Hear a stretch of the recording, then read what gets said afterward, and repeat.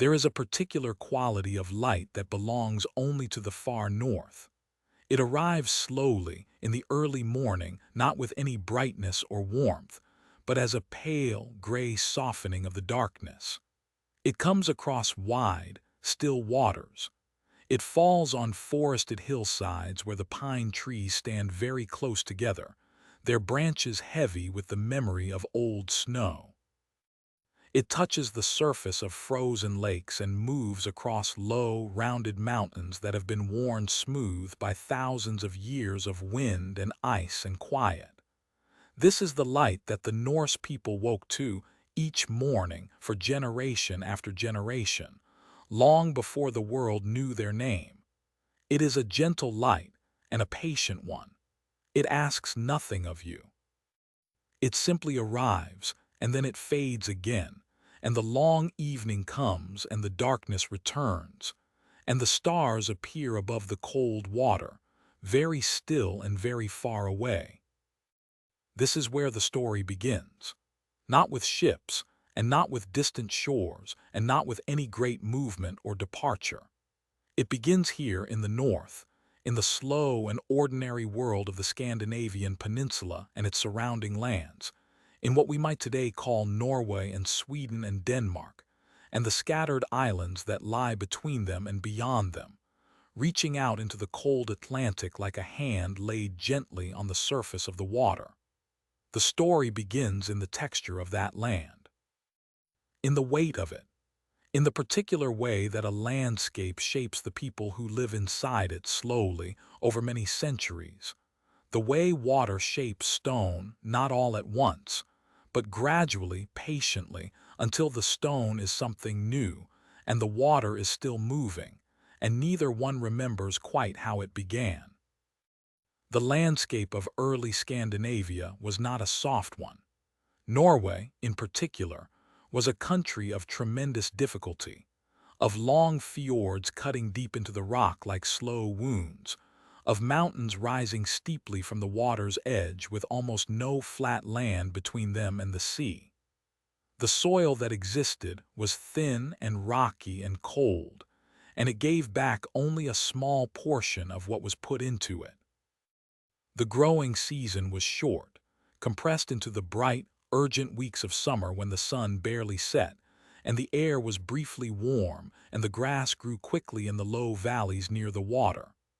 And then the summer would pass, and the days would shorten, and the darkness would return,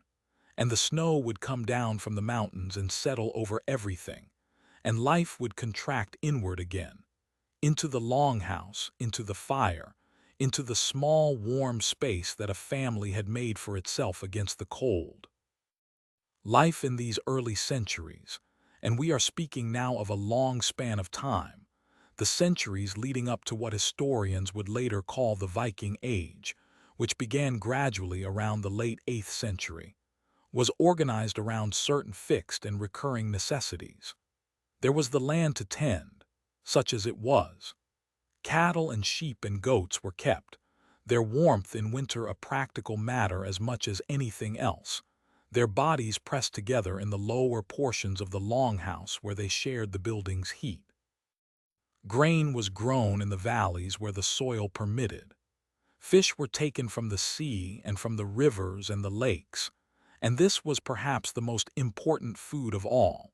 the fish that could be dried and salted and stored, that could carry a family through the deep winter when the snow lay thick, and the world outside was very quiet and very still.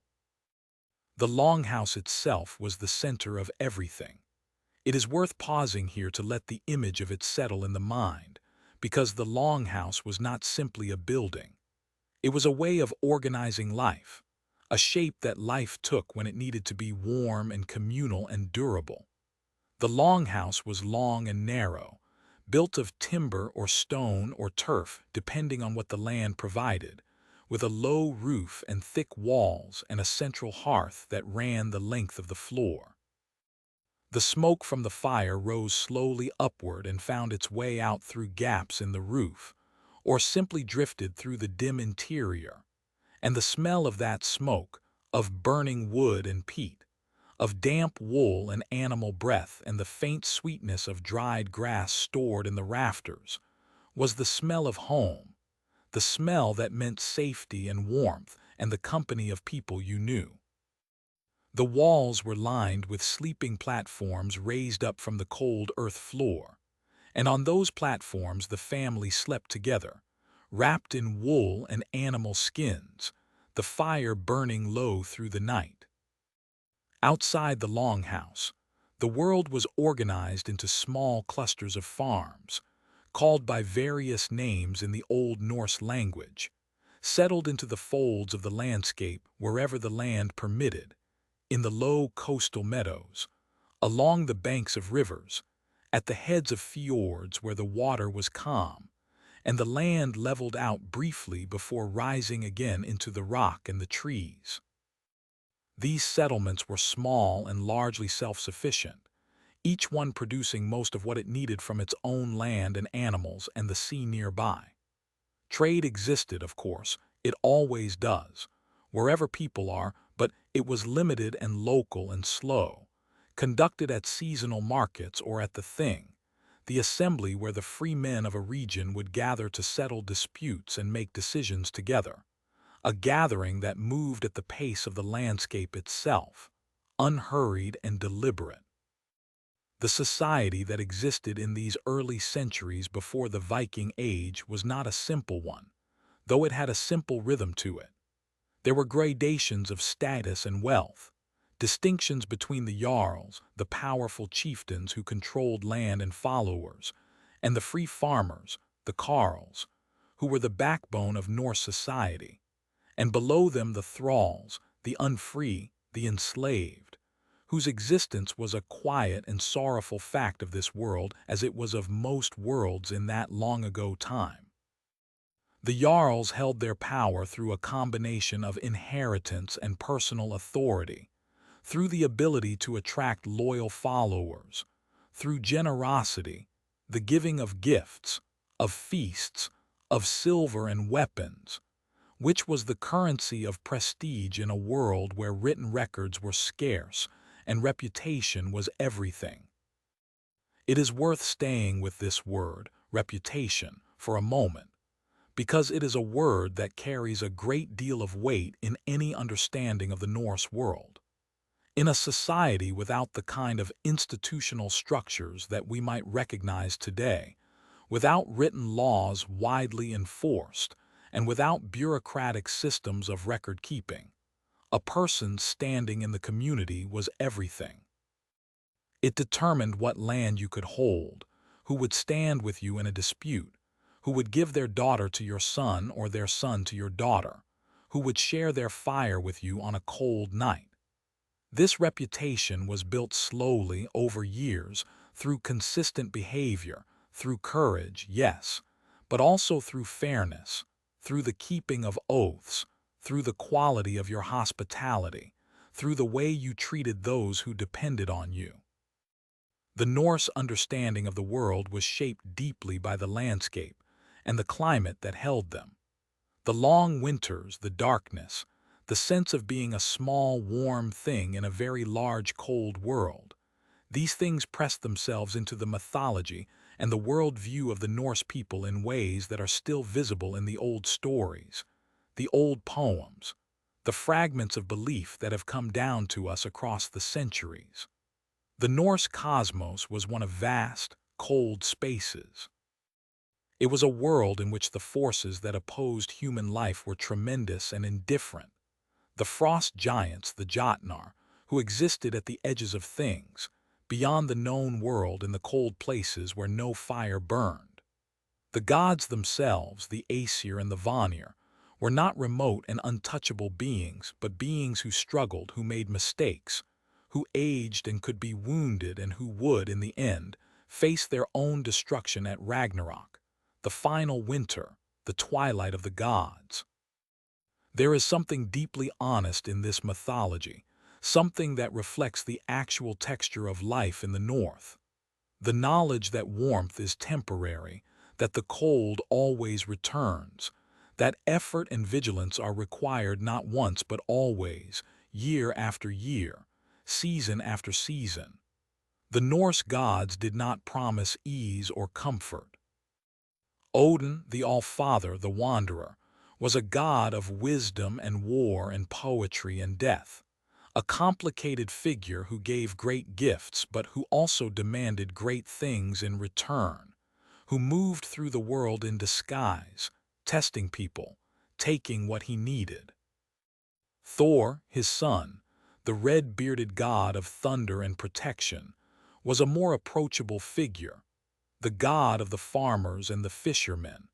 the one who kept the frost giants at bay with his great hammer Mjolnir, whose endless labor on behalf of the human world was a kind of comfort, a steady, muscular reassurance that someone was watching the edges of things. And there was Freya, the Vanir gods of fertility and beauty and the softer things, the growing of crops, the warmth of desire, the gold light of summer afternoons. These gods were worshipped in a quieter key, their rites associated with the turning of the seasons, with the planting and the harvest, with the moments when the world asked not for courage but for patience and hope.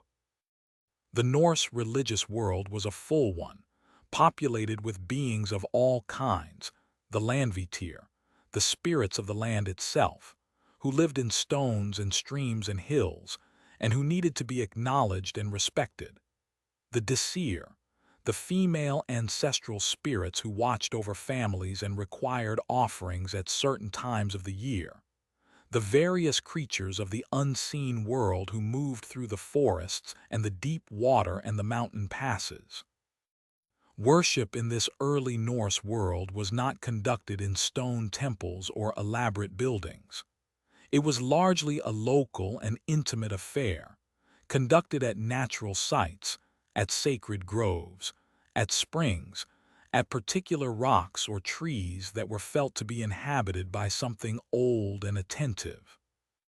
There were also the Herger and the Hof, sacred enclosures and small cult buildings, where images of the gods might be kept and offerings made. But these varied considerably from region to region and from period to period, and our knowledge of them is incomplete and filtered through the accounts of later Christian writers who did not always understand or sympathetically represent what they described. The blot, the sacrificial feast, was the central ritual of this religious life, a communal gathering at which animals were sacrificed, and their blood was sprinkled on the images of the gods and on the participants, at which the meat was cooked and shared, at which mead and ale were passed around in great quantities, at which poetry was recited and oaths were sworn, and the community renewed its bonds to one another and to the forces that held the world in order. These gatherings happened at certain points in the year that marked the turning of the seasons, at the end of October when the winter was beginning, at midwinter when the darkness was deepest and the light needed to be called back, at the beginning of summer when the world was opening again. They were slow gatherings, in the sense that they took time, that they were not hurried through, that the eating and the drinking and the speaking and the listening occupied the whole of a long evening and stretched into the night. The Norse people were not, in these early centuries, a people defined by movement. They were, in many ways, profoundly rooted in their farms, in their fjords, in their particular valleys and coastlines, in the relationships that made up their social world. But the sea was always there. It was always present at the edge of things, the gray and glittering and endlessly variable sea, which was not only a barrier or a boundary but a road, a possibility, a direction. The Norse were extraordinarily skilled at reading the sea, at understanding its moods and its patterns, at knowing what the color of the water and the shape of the clouds and the behavior of the birds meant about the weather to come.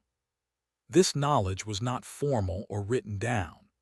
It was absorbed over generations, passed from older sailors to younger ones, embodied in 1,000 small observations and habits that added up to something like an intimate understanding of the water. The boats of the early Norse people were already sophisticated long before the famous longships of the Viking Age. The tradition of boat building in Scandinavia goes back thousands of years to the rock carvings, the Helleristningar, that cover the surfaces of exposed stone at many sites across Norway and Sweden, where boats are depicted in long, graceful lines, high at the prow and stern, filled with the small figures of paddlers. These carvings are very old, some of them dating back 3,000 years or more, and they speak to the centrality of the boat in the Norse imagination from the very beginning. The boat was a practical tool, yes, for fishing, for moving along the coast, for crossing the fjords. But it was also something more than that. It was a symbol, an idea, a shape that the human longing for movement had taken in this particular place. The Bronze Age people of Scandinavia were already trading across the Baltic and along the coasts of northern Europe, exchanging amber, the golden, translucent fossilized resin found along the shores of the Baltic, for bronze and other goods from distant places. The Amber Road, as it is sometimes called, was one of the great slow trading networks of the ancient world, a gradual flow of objects and ideas across vast distances, the kind of commerce that takes years to complete a single transaction, that requires relationships of trust built up over generations. The Norse world was connected to this larger world even then, even before anyone had thought to call them Vikings. The Iron Age brought new tools and new possibilities. Iron could be smelted from the bog ore that was abundant in the wetlands of Scandinavia, a dark, reddish ore that formed in the anaerobic conditions of the bogs and could be extracted and processed into usable metal with methods that the Norse had refined over centuries. Iron made better tools and better weapons than bronze, and the ability to produce it locally from materials that were widely available gave the Norse a kind of technological independence that had significant consequences for how they developed. Better axes meant better boats, built more quickly and more precisely. Better plows meant better agriculture, more food, the possibility of supporting slightly larger communities. Slowly, over the course of the centuries leading up to the Viking Age, the Norse world was changing in ways that were small individually but large in their accumulation. The population was growing, slowly but steadily, pressing against the limits of the available farmland. The political landscape was shifting, with powerful chieftains consolidating control over larger territories, pushing smaller farmers off their land or forcing them into dependency.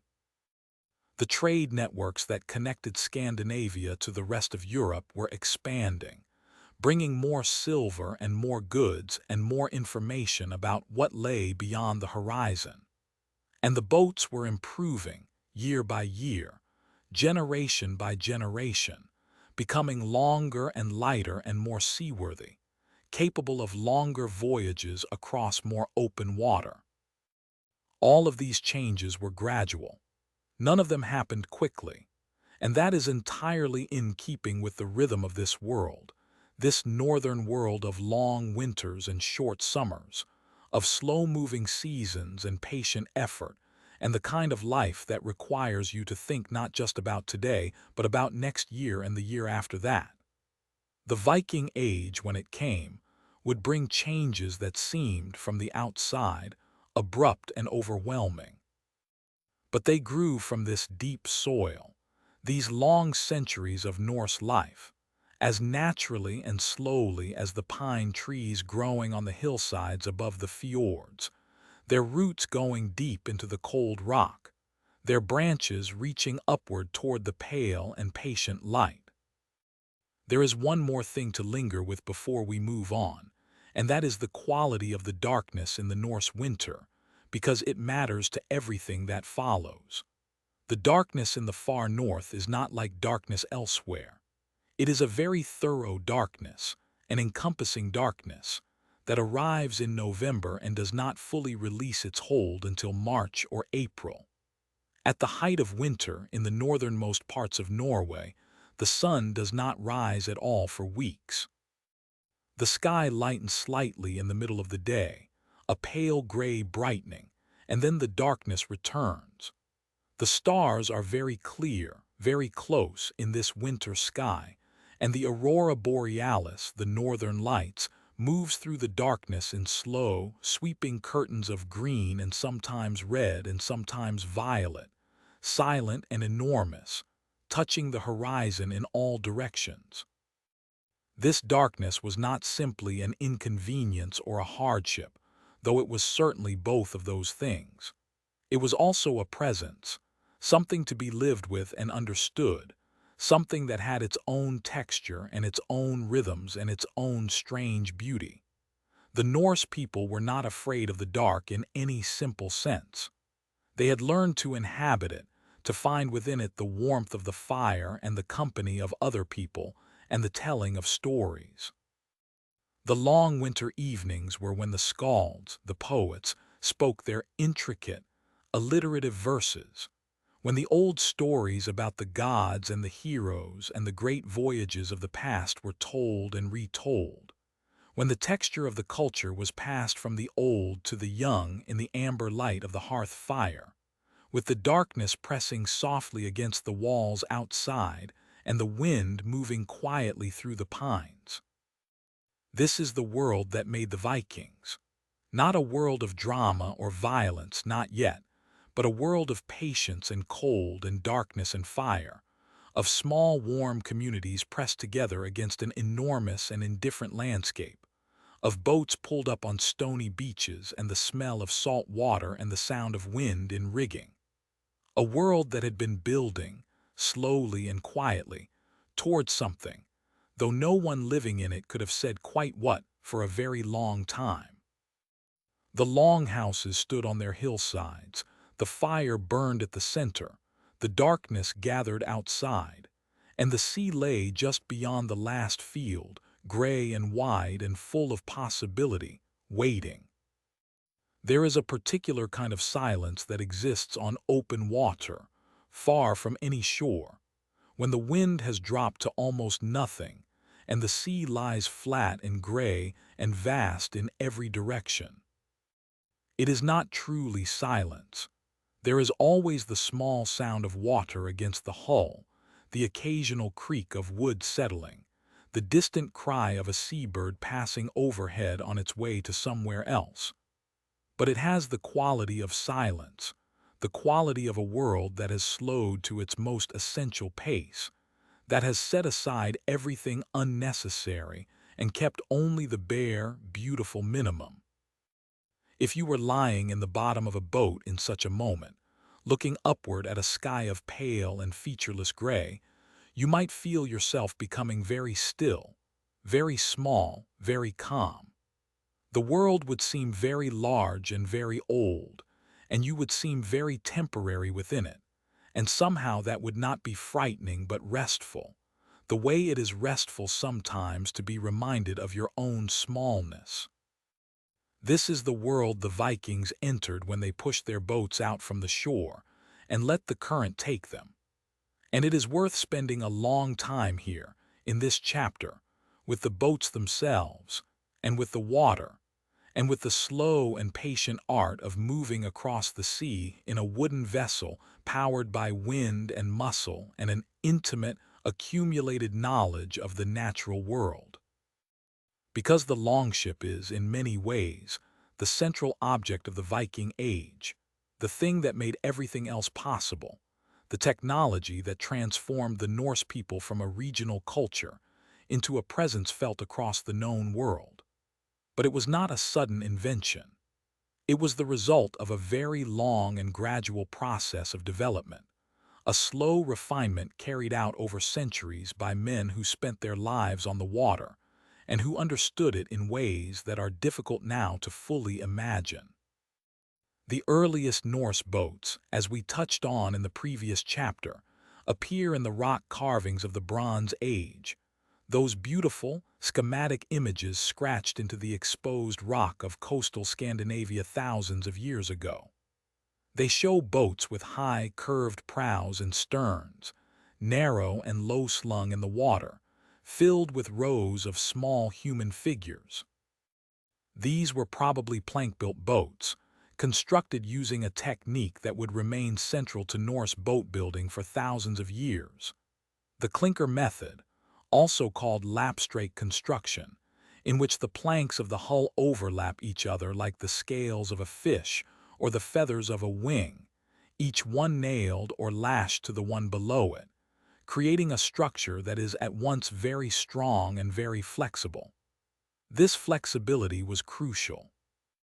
A rigid hull, meeting the constant flexing and twisting forces of the open sea, would crack and fail. A flexible one could move with the water, could absorb the stresses distributed across its length, could survive conditions that would destroy a more rigid construction. The clinker technique was not invented by the Norse. Versions of it appear in various boat-building traditions around the world, but the Norse refined it to a degree of extraordinary sophistication over many centuries. The key was the choice and preparation of the wood. Oak was preferred for the hull planks where it was available, dense, strong, slow to rot, resistant to the salt water that is always working to break down organic material. In Norway, where oak was less common than in Denmark and southern Scandinavia, pine and other timbers were used. The planks were split rather than sawn from the logs, following the grain of the wood, which preserved the natural strength of the timber and produced planks that were more resistant to splitting and warping than sawn planks would be. A single large oak tree, carefully split, could yield perhaps 20 or 30 planks of the right shape and thickness, and each plank would be shaped by eye and by hand, with an axe and an adze, worked until it had exactly the right curve and thickness for its position in the hull. The oldest well-preserved Norse boat that has come down to us is the Hjortspring boat, found in a bog in Denmark and dated to around 350 BCE, centuries before the Viking Age. It is a slender, graceful thing, about 19 meters long, built of lime wood planks sewn together with twisted plant fibers and caulked with resin, clearly a sophisticated craft for inland or sheltered coastal waters. It tells us that the tradition of boat building in Scandinavia was already mature and accomplished long before the Viking Age began. Then there is the Nidum boat, found in the same general area of southern Denmark, dated to around 310 to 320 CE, closer to the Viking Age now, built of oak in the clinker style, about 23 meters long, a rowing boat without a mast, low and fast, clearly designed for moving quickly through the sheltered waters of the southern Baltic and the Danish Straits. But the great leap forward in Norse boat building came with the development of the sail. When the Norse adopted the sail, and the precise timing and manner of this adoption is something that historians have discussed at length without arriving at complete certainty, though it seems to have occurred somewhere in the 7th or 8th century. It transformed what was possible on the water. A rowing boat, however well built and however skillfully crewed, was limited by the endurance of its rowers. The open sea demanded something more. With a sail, the wind itself became the motive force, tireless and vast, capable of driving a boat across hundreds of miles of open ocean in the time that rowers would need to cover a fraction of that distance. The combination of sail and oars, of wind power for long passages in open water and muscle power for maneuvering in rivers and harbors and among islands, was what gave the Viking longship its unique versatility. The sail itself was a large, square sail of wool, woven in a particular way to catch the wind efficiently while remaining permeable enough to release some of it, preventing the mast from being overstressed in strong conditions. The wool was often dyed in stripes of red and natural cream or brown, those horizontal bands that appear in the later medieval illustrations of Viking ships, and give them such a distinctive, almost heraldic appearance. The sail would have been treated with fat or oil to make it more weather-resistant, and it would have required constant maintenance, patching and retreating and careful handling, because a damaged sail at sea, far from any shore, was a serious matter. The rigging that supported the mast and controlled the sail was relatively simple by the standards of later sailing traditions, but it was entirely adequate for the conditions and routes that the Vikings sailed. The longship that resulted from all of this development, the fully realized Viking longship of the 9th and 10th centuries, was a vessel of remarkable beauty and equally remarkable performance. The Gokstad ship, found beneath a burial mound in Norway in 1880 and now preserved in Oslo, is perhaps the finest surviving example. It is about 23 meters long and just over 5 meters at its widest point, giving it a long, narrow, elegantly proportioned form that seems to belong to the water the way a fish does,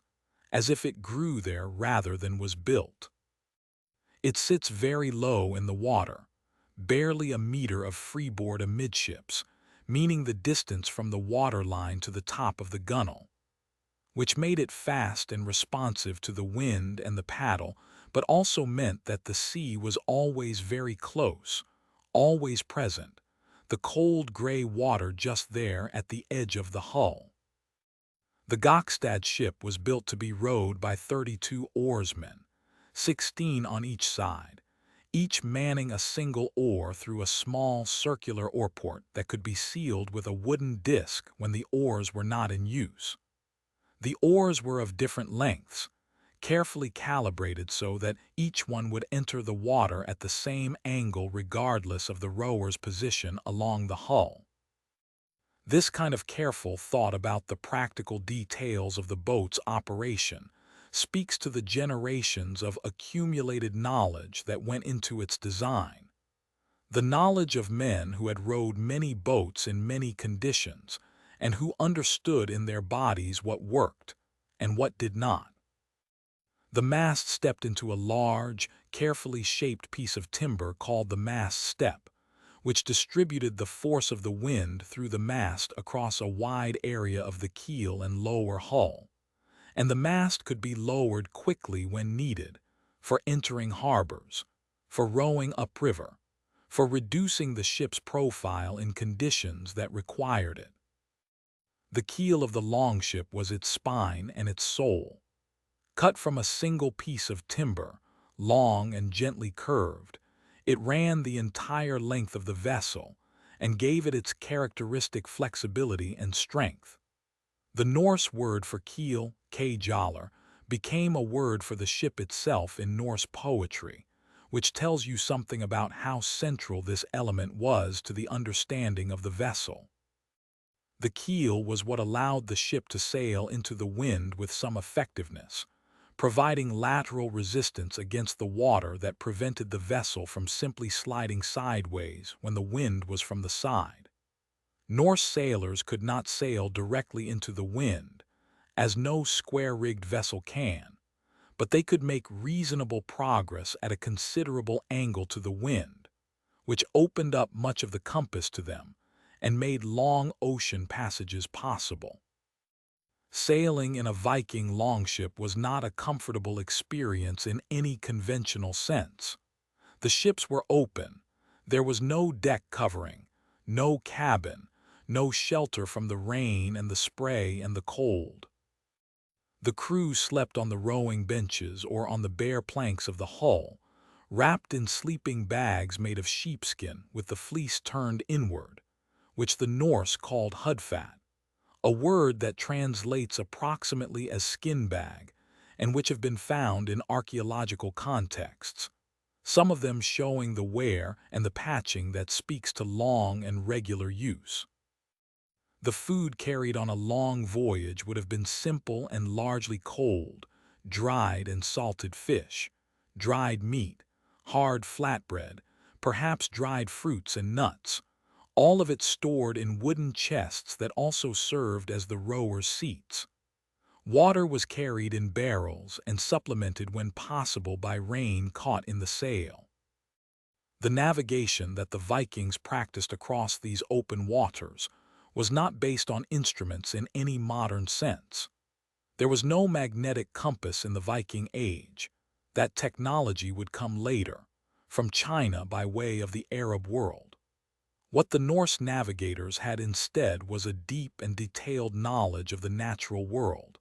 the kind of knowledge that accumulates over generations in a community of seafarers, and that is embodied in practice rather than written in books. They knew the stars, the North Star, Polaris,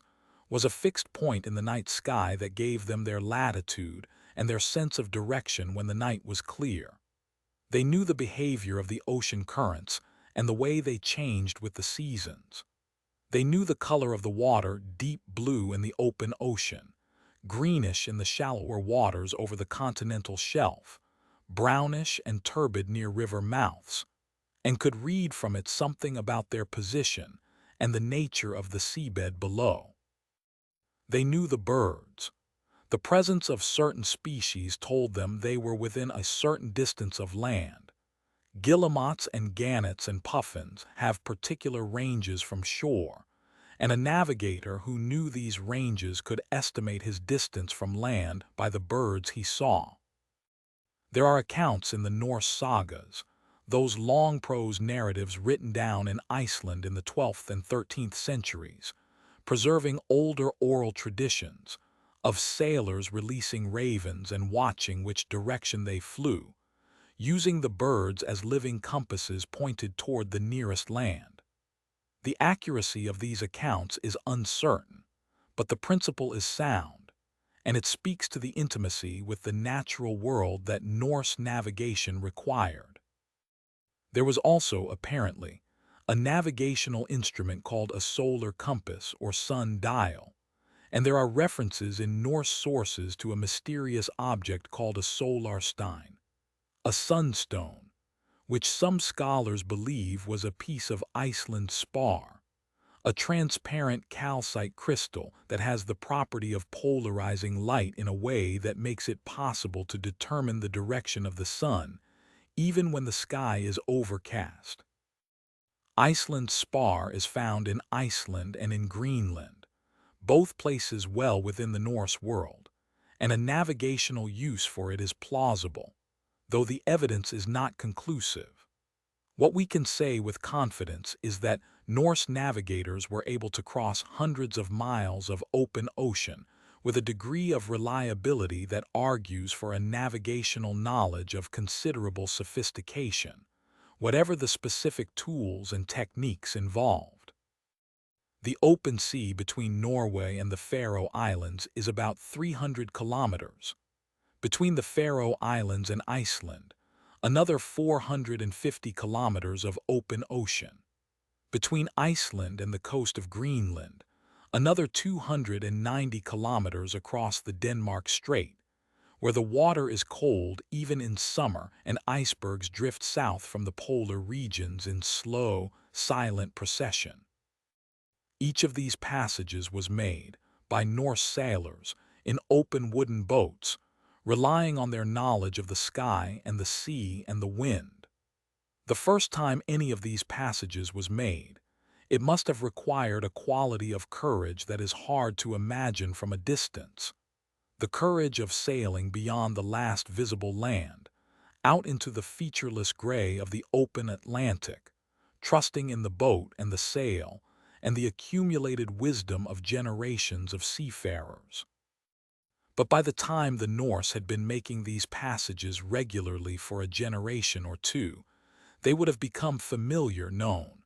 a matter of professional routine rather than heroism, dangerous still. Always dangerous, but navigable, manageable, a part of the ordinary working world of the Norse sailor. The longship was not the only type of vessel in the Norse fleet, if fleet is even the right word for the variety of craft that the Norse used for different purposes. There was also the nar, the cargo ship, broader and deeper than the longship, with higher sides and a more capacious hold, relying more on its sail and less on its oars, crewed by a smaller number of men. The nar was the workhorse of Norse trade and colonization, the vessel that carried the settlers to Iceland and Greenland, that brought the timber and the grain and the livestock, and the household goods that a new community needs to establish itself in a distant place. It was slower than the longship and less maneuverable, but it was more seaworthy in the heavy swells of the open Atlantic, its deeper hull giving it a more stable platform in rough conditions. There were also smaller boats of various kinds, fishing boats and ferries, and the small coastal craft that provided the everyday transportation of a world in which the sea was a road as much as it was an obstacle. In the fjords of Norway, where many communities were separated from one another by steep mountains that made overland travel difficult or impossible, the boat was simply the way you went from one place to another, as natural and unremarkable as walking. Children learned to row before they could write, if they learned to write at all. The rhythms of rowing, the long, slow pull of the oar through the dark water, the feathering at the end of the stroke, the forward lean and the next pull, were as familiar as breathing, as much a part of the body's knowledge as standing upright. The building of a longship was a communal event, a significant undertaking that required months of work and the cooperation of many skilled craftsmen. The master shipbuilder, the ship's right, was a figure of considerable prestige, a man whose knowledge was both practical and, in a sense, sacred, because the ship he built would carry people's lives out onto the water, and the quality of his work was the difference between those lives continuing and those lives ending. The felling and seasoning of the timber, the splitting of the planks, the shaping of the keel and the ribs and the prow and stern posts, the careful assembly of the hull plank by plank, the caulking of the seams with tarred wool or moss, the stepping of the mast and the rigging of the sail, all of this took time, quiet time, the time of careful hands doing precise work, of eyes measuring and adjusting and measuring again. When the ship was finished and ready to be launched, there were rituals appropriate to the moment, the naming of the ship, the consecration of it, the formal acknowledgement of what had been made and what it was about to do. Ships had names in the Norse world, names that carried meaning and personality, that treated the vessel as something closer to a living being than a mere object. The names that survive in the sagas and the skaldic poetry, sea stallion, long serpent, bison, raven, suggest vessels understood as having character, as being participants in the voyages they undertook rather than passive conveyances. Out on the water, once the shore had faded behind and the open sea had opened up in every direction, the experience of the voyage settled into its own rhythm, the rhythm of the wind and the waves and the long hours of the day. When the wind was favorable, the oars were shipped and the sail was set, and the ship moved forward with a gentle, rolling motion, the bow lifting slightly on each wave and falling again, the rigging making its small sounds, the water running along the hull in a steady, quiet rush. The crew would rest, or sleep in turns, or do the small tasks of maintenance that a wooden vessel always requires, checking the lashings, bailing the bilge, tending to the sail. When the wind died, the oars came out again, and the slower, more deliberate rhythm of rowing took over, the long pull and the recovery, the pull and the recovery, for hours at a time. The sea was not always calm. The North Atlantic is one of the more demanding bodies of water on Earth, capable of generating storms of great violence, with waves that can reach enormous heights and winds that can overwhelm any vessel if it is caught in the wrong place at the wrong time. Norse sailors knew this, and their relationship with the sea was not one of innocence. The sagas are full of accounts of storms, of ships driven off course, of men lost overboard, of vessels that simply disappeared and were never seen again. The sea gave and the sea took, with the same indifference that all of nature shows toward human plans and human lives. What the Norse had learned over generations of sailing was how to minimize the risk, how to read the signs of coming weather, how to seek shelter when shelter was available,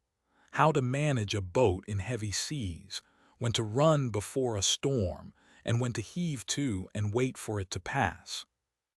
There is a passage in one of the Norse sagas, one of the accounts of the voyages to North America, to the place the Norse called Vinland, that describes the quality of the ocean crossing in terms that have a particular stillness to them, a quality of pure, extended waiting. The ship moves through fog, through days and nights that blur together, the crew unable to see the stars or the sun, navigating entirely by instinct and memory and the feel of the wind on the face and the movement of the water beneath the hull. This kind of navigation in fog on the open Atlantic is a profound exercise in patience and trust. Trust in the boat, trust in the accumulated knowledge of the navigator, trust in the simple fact that the ocean has a shape, and that if you understand that shape well enough, it will eventually bring you where you need to go. This is the world of the longship,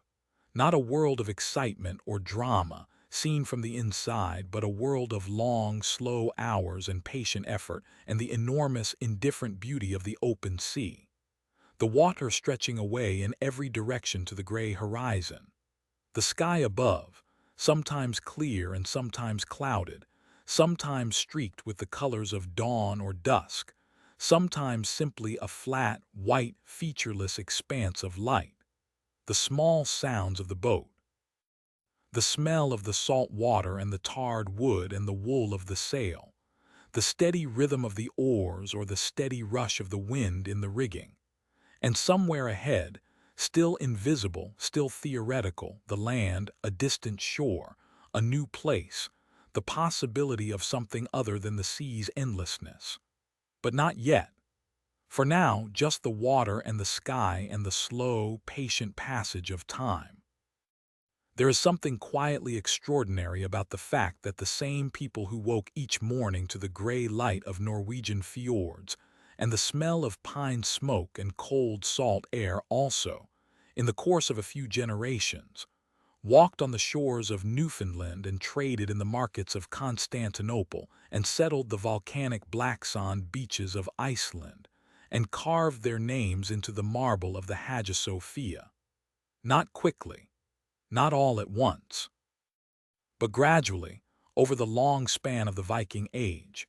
those roughly 3 centuries between the late 8th century and the late 11th, the Norse people spread themselves across an extraordinary breadth of the known world, touching it lightly in some places and pressing deeply into it in others, leaving marks that are still visible today if you know where to look, still audible in the place names and the words and the genetic heritage of populations from Ireland to Russia to the eastern coast of North America.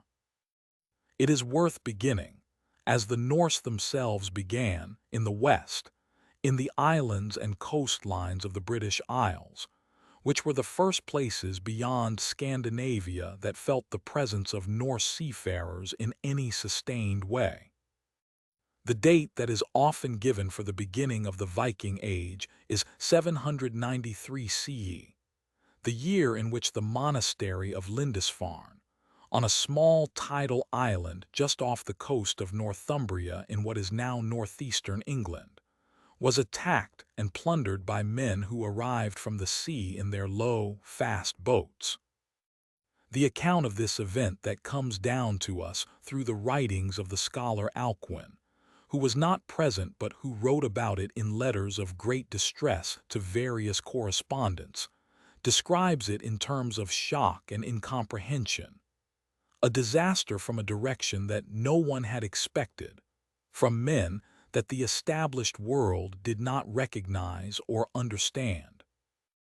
And in the context of the settled, ecclesiastical world of late 8th century England, the monastery at Lindisfarne was a place of genuine importance, a center of learning and manuscript production and religious prestige. Its white stone buildings and its library, and its carefully tended gardens representing an accumulated investment of generations of pious labor. But it is important to approach this moment slowly, without the dramatic framing that it has sometimes been given, because what happened at Lindisfarne was not, in itself, an enormous event by the standards of the age. Raiding and violence were not unusual in the early medieval world. What made Lindisfarne significant was not its scale, but its direction. The fact that the attackers came from the sea, from the north, from a direction that had previously seemed safe. And even more significant, in retrospect, was the fact that it was not an isolated event, but a beginning, the first clearly documented instance of a pattern of Norse activity in the British Isles that would continue and intensify and transform over the following 2.5 centuries. The raids on the British Isles in the early Viking Age had a certain logic to them that becomes clear when you look at the geography and the economics of the situation. The monasteries of Ireland and northern England were, in the context of the early medieval world, unusually concentrated repositories of wealth, of silver and gold in the form of chalices and reliquaries and gospel book covers worked with precious metals, of fine textiles, of slaves who could be taken and sold. They were also, crucially, almost entirely undefended, built for prayer and contemplation rather than resistance, situated often on exposed headlands and islands that were easily approached from the sea. For Norse seafarers who had the boats and the seamanship to reach them and the willingness to take what was there, they were an opportunity. The Norse raids on Ireland were particularly sustained and particularly transformative in their long-term consequences. Ireland in the late 8th and early 9th centuries was a complex, fragmented political landscape of small kingdoms and sub-kingdoms in constant competition with one another, a world of cattle raids and dynastic marriages and shifting alliances, and the rich, intricate culture of the Irish Church with its network of monasteries and its tradition of remarkable manuscript illumination. The Book of Kells, produced around this time, is perhaps the most famous surviving example of this tradition. Its pages covered in patterns of astonishing intricacy, its colors still vivid after 12 centuries. The Norse arrived into this world from the sea, at first sporadically and seasonally, and then with increasing permanence. The Longfort, the Norse ship fortress, a defended harbor where a fleet could overwinter, was the instrument of this increasing permanence.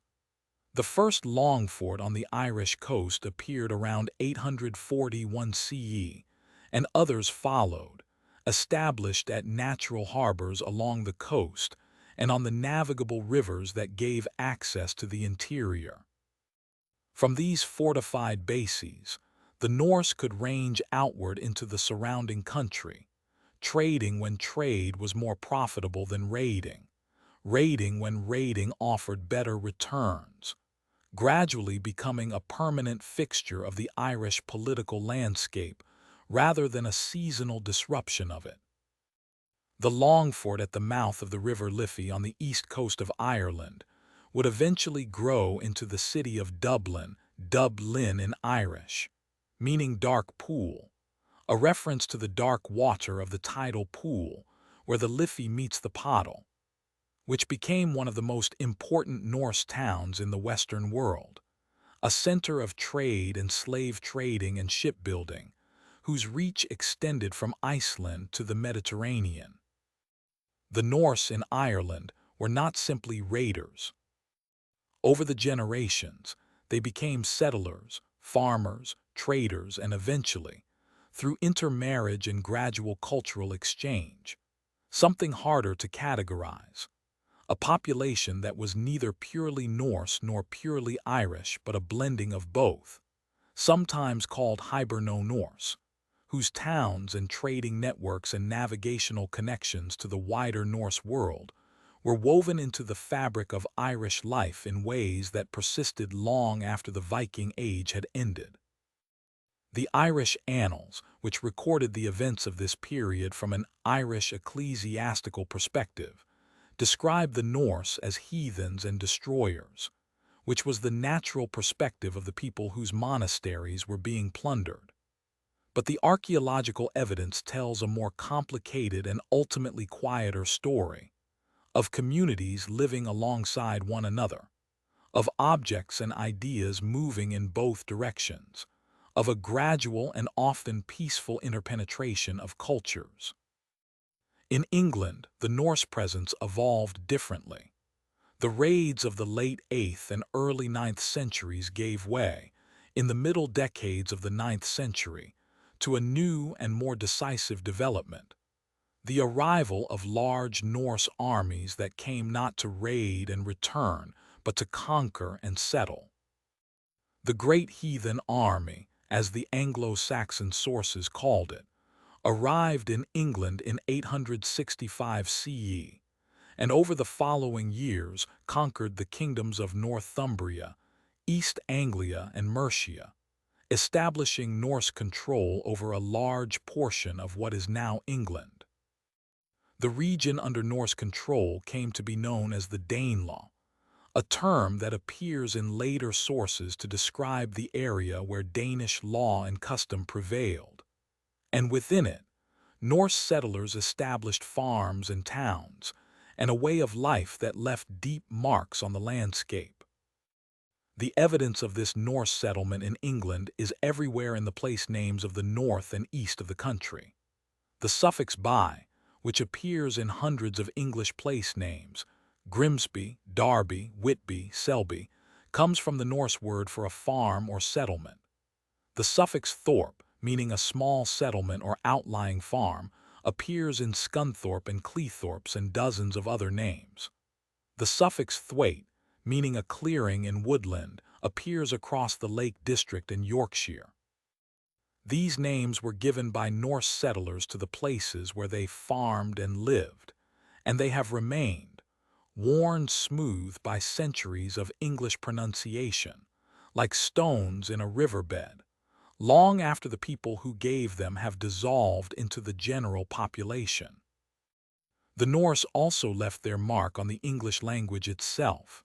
Words like sky and window and knife, and husband and egg and ugly, and awkward all come from Old Norse, absorbed into English during the centuries of close contact between the two languages. The Norse presence in Scotland and its islands was, in some ways, more complete and more lasting than anywhere else in the British Isles. The Northern Isles, Orkney and Shetland, were settled by Norse farmers and fishermen so thoroughly that the original Pictish population seems to have been largely displaced or absorbed, leaving almost no trace in the place names or the language. Orkney in particular became a great Norse earldom, ruled by powerful jarls whose authority extended across a large maritime territory, and whose culture was thoroughly and confidently Norse for centuries after the Viking Age proper had ended. The Western Isles, the Hebrides,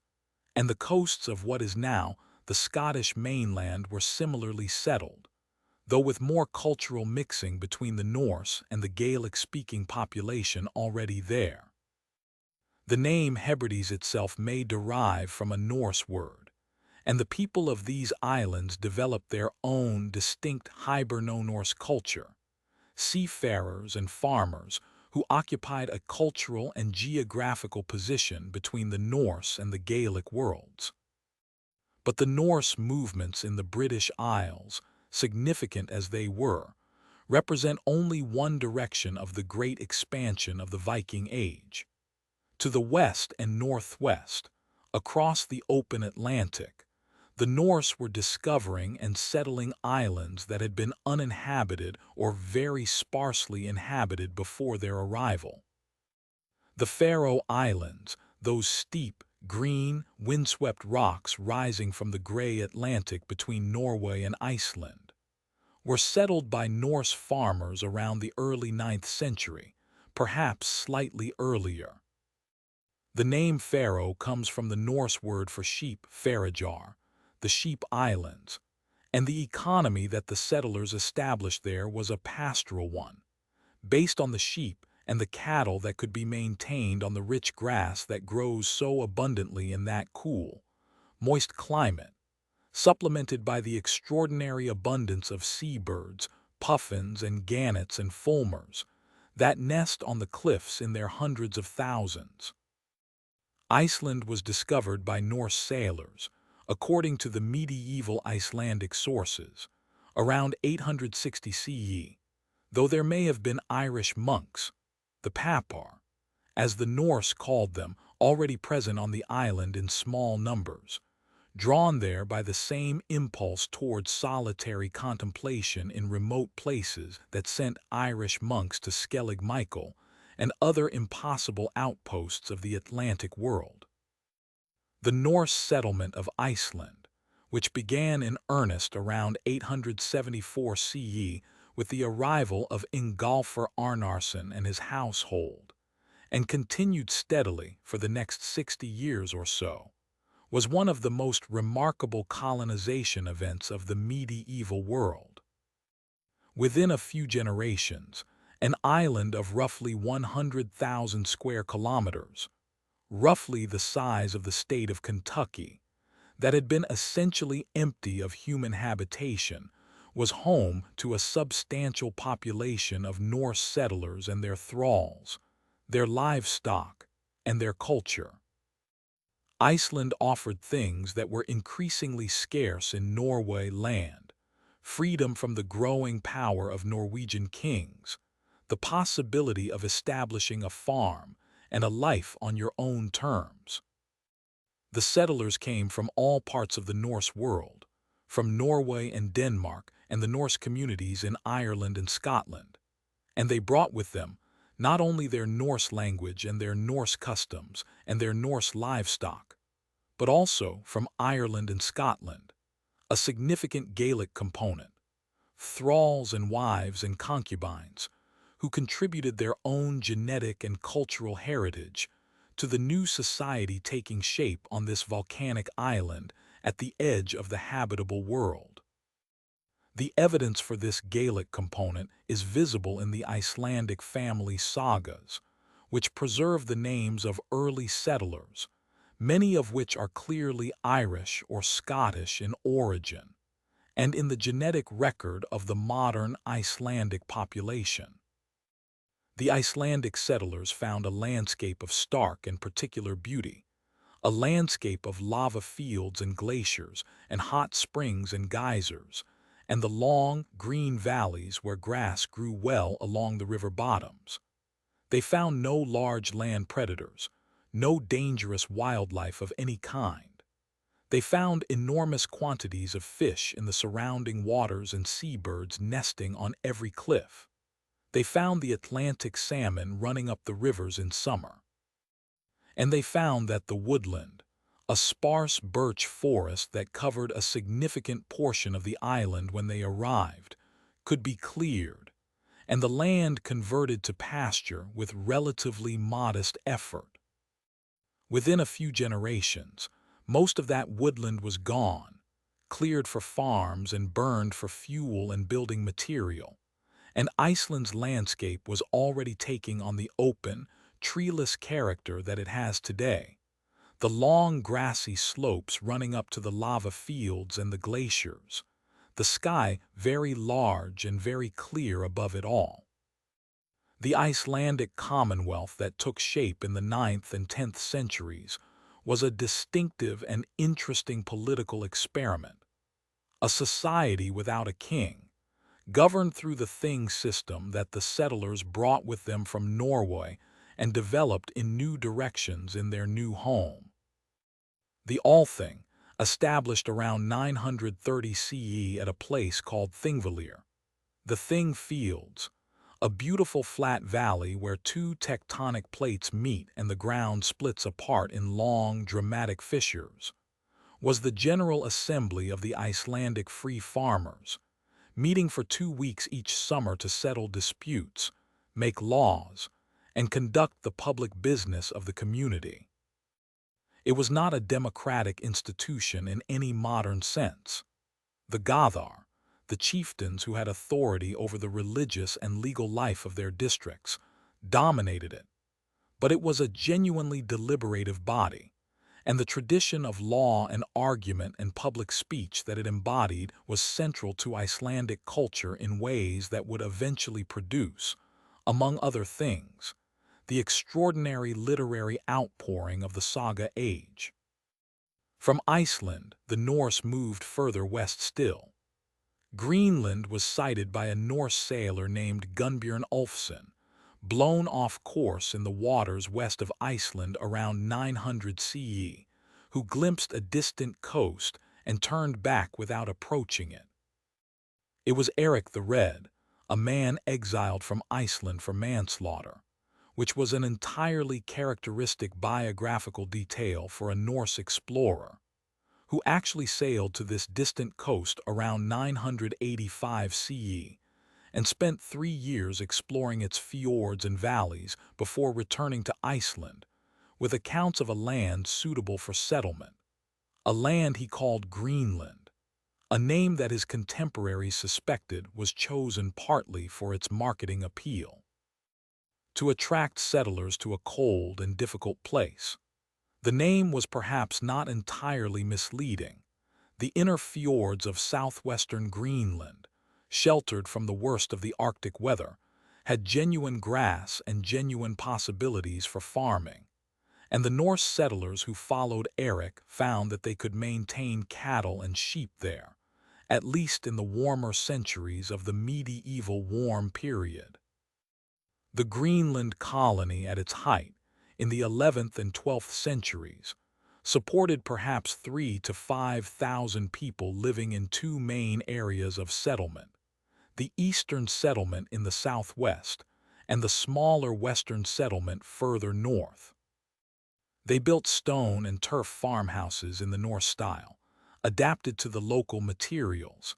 and they maintained their cultural and commercial connections with the wider Norse world through the trade in luxury goods that Greenland uniquely provided, walrus ivory, which was the primary source of carved ivory in medieval Europe before elephant ivory became more widely available.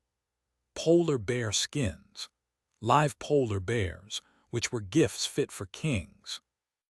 Narwhal tusks, which circulated in European markets as the horns of unicorns and carried enormous symbolic and commercial value. The Greenlanders exchanged these Arctic luxuries for the iron and timber and grain and cloth that they could not produce for themselves, maintaining a trading relationship with Norway that persisted for centuries. And then, from Greenland, the final step westward, to North America, to the place that the Norse called Vinland, which is one of the most extraordinary chapters in the entire story of human exploration, conducted so quietly and so thoroughly that it left almost no trace in the written record of the world beyond Scandinavia, and was doubted and debated for centuries after the Norse sagas first brought it to wider attention. The Norse sagas, the Grönlandinga saga and the Iric saga Rotha, preserve accounts of several voyages to the coasts of North America undertaken around the year 1000 CE by Norse sailors out of Greenland. The most famous of these voyagers was Leif Erikson, son of Eric the Red, who according to the sagas sailed southwest from Greenland and reached a series of lands he named Helluland Slabrock Land, probably Baffin Island and Markland Forest Land, probably Labrador, before arriving at a place he called Vinland, where wild grapes grew and the grass was lush and the salmon were large. The evidence that these voyages actually happened, and that Norse settlers actually established a camp on the northeastern coast of North America, is no longer a matter of doubt, because in 1960 a Norse settlement site was excavated at a place called Elance Ox Meadows at the northern tip of Newfoundland, and the objects found there, iron boat nails, a bronze cloak pin of Norse type, a stone lamp of the Greenlandic style, a spindle whorl, placed alongside radiocarbon dates clustering around 1000 CE, established beyond reasonable question that Norse people had been there, had built their turf longhouses on that windy headland overlooking the Strait of Belle Isle, had lived there for some years, perhaps a decade, perhaps a little more, before abandoning the site and returning to Greenland. Elance Ox Meadows is the only confirmed Norse site in North America, but the sagas suggest that the Norse explored considerably further along the coast than this single site, and the true extent of their North American experience remains an open and quietly fascinating question. While all of this was happening in the West, the Norse were also moving in an entirely different direction, eastward and southward, into the river systems of what is now Russia and Ukraine, following the great rivers, the Volga, the Dnieper, the Don, southward toward the Black Sea and the Caspian Sea, and the wealthy civilizations that lay beyond them. These Eastern Norse, who came predominantly from Sweden, and are sometimes called the Varangians in the Eastern sources, were primarily traders rather than raiders, drawn by the extraordinary commercial opportunities of the Eastern River routes, which connected the Baltic world to the Islamic Caliphate and to the Byzantine Empire, the two wealthiest and most sophisticated civilizations of the medieval world. The Volga trade route, which ran from the Baltic south to the Caspian Sea, and thence to the markets of the Islamic world, was one of the most important commercial arteries of the 9th and 10th centuries. Along this route flowed furs, the sable and marten and beaver and squirrel furs of the northern forests, which were luxury goods of the highest order in the warmer south, and slaves, taken in raids on the Slavic and Finnic peoples of the forest zone, who were sold in the markets of Bulgar and Idil, and ultimately in the great cities of the Caliphate. In exchange flowed silver, vast quantities of silver, in the form of the dirhams of the Abbasid Caliphate, those broad, flat silver coins stamped with Arabic script that have been found in their thousands in hoards across Scandinavia. The silver that flowed north along the Volga route was the economic foundation of much of the Norse world in the 9th and 10th centuries, and its arrival transformed the Norse economy in ways that are still visible in the archaeological record. The Dnieper route ran further west, from the Baltic through what is now Belarus and Ukraine to the city of Kiev, and thence to the Black Sea and Constantinople, Miklagardr, the great city, as the Norse called it, the city of incomprehensible wealth and splendor that sat at the junction of Europe and Asia. Constantinople in the 9th and 10th centuries was the largest and richest city in the Western world, its population in the hundreds of thousands, its markets full of silk and spices, and all the luxury goods of the known world, its churches and palaces of a magnificence that the Norse found genuinely overwhelming. Norse merchants came to Constantinople to trade, and Norse warriors came to serve the Byzantine emperors as mercenaries. The famous Varangian Guard, the emperor's personal bodyguard, was largely composed of Norse and later Anglo-Saxon warriors, men who had come all the way from the cold northern world to serve in the courts of one of the most sophisticated civilizations on Earth. It was in Constantinople that Norse visitors carved their names in runes, in the angular, carved script of the Norse writing system, into the marble balustrades of the Hagia Sophia, that vast and beautiful church built by the Emperor Justinian in the 6th century, its dome seeming to float above the interior on its ring of windows, its mosaics glittering in the candlelight. 2 runic inscriptions have been found in the Hagia Sophia, one of them reading simply, or almost simply, Halfdan carved these runes, a small, permanent mark made by someone who had come a very long way and wanted to leave some evidence that he had been there. There is something touching about this, something human and recognizable across the distance of 1,000 years. The impulse to write your name in a remarkable place, to say, quietly and permanently, I was here. The places the Vikings touched form a vast, irregular network across the surface of the early medieval world, connected by water, by the gray Atlantic and the cold Baltic, and the slow brown rivers of Russia, by the choppy waters of the English Channel and the calmer Mediterranean beyond it. These connections were not all made at once. They accumulated over generations, each voyage building on the knowledge of previous voyages,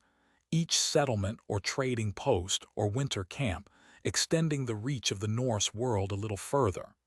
And not all of these contacts were violent or even particularly dramatic. Many of them were quiet commercial exchanges, the slow movement of goods and people and ideas that is the ordinary business of trade in any age. The Norse brought things and took things and left marks, some large and some small, and the world they moved through absorbed them gradually into itself, the way water absorbs anything that enters it, slowly, completely, without fuss. There is a quality of stillness that belongs to domestic things, to the objects that people make and use in the ordinary course of their days, that speaks more truthfully about a life than any account of battles or voyages. A comb carved from antler, its teeth worn smooth from long use. A small bronze brooch, shaped like an animal, its back still showing the faint impression of the fabric it once pinned. A wooden bowl, darkened with age, its interior worn to a gentle concavity by years of hands washing it and drying it and filling it again. These objects, found in the earth of Norse settlements and burial sites across Scandinavia and beyond, carry within them the texture of everyday life in the Viking Age more honestly and more intimately than any written source, because they were not made to be impressive or to tell a story but simply to be used, to be part of the slow, recurring rhythm of ordinary days. It is this ordinary world that this chapter wants to rest in for a while, the world that existed not out on the water or in the foreign lands that Norse ships reached, but here, at home, in the farmsteads and the small towns and the workshops and the markets of the Norse homeland. The world of the longhouse in the early morning, when the fire was stirred back to life from the coals of the night, and the animals stirred in their section of the building, and the smell of warm bodies and wood smoke and damp wool filled the dim interior. The world of the craft worker at his bench, the weaver at her loom, the smith at his forge, the farmer in his field, the merchant at his stall in the market town. This was the world that most Norse people inhabited most of the time, and it was a world of considerable richness and interest, even if it was not a world of longships and distant shores. The Norse longhouse, which we have already glimpsed in the first chapter, deserves more attention here, because it was far more than simply a building. It was an organizing principle, a social technology, a way of arranging human life in relation to the demands of the northern climate. The longhouse as it existed in the Viking Age was a refined and well-adapted structure, the product of centuries of incremental improvement in response to the conditions of the Norse environment.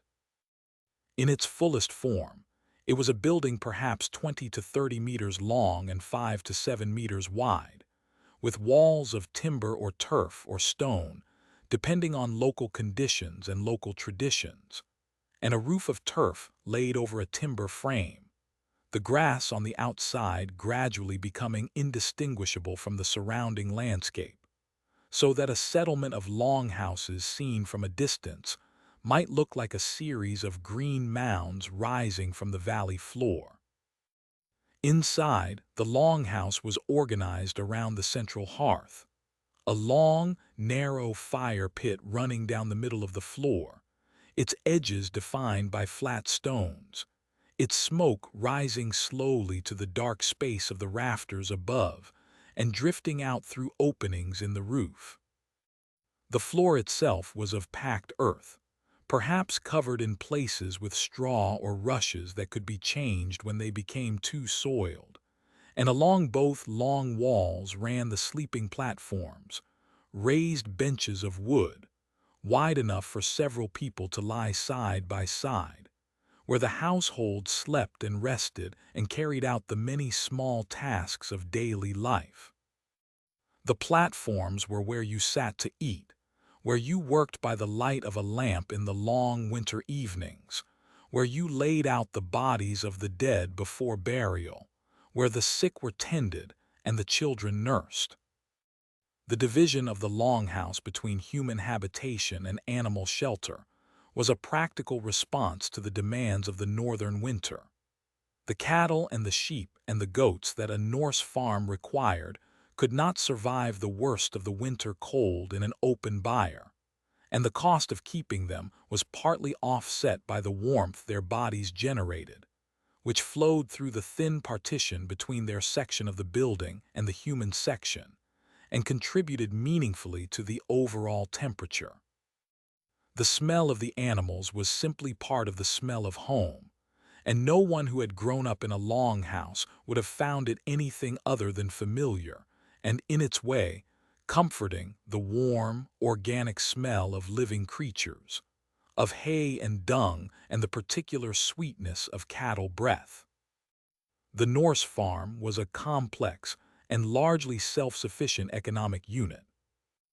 The land immediately surrounding the longhouse, the tun, the home field, was the most intensively managed,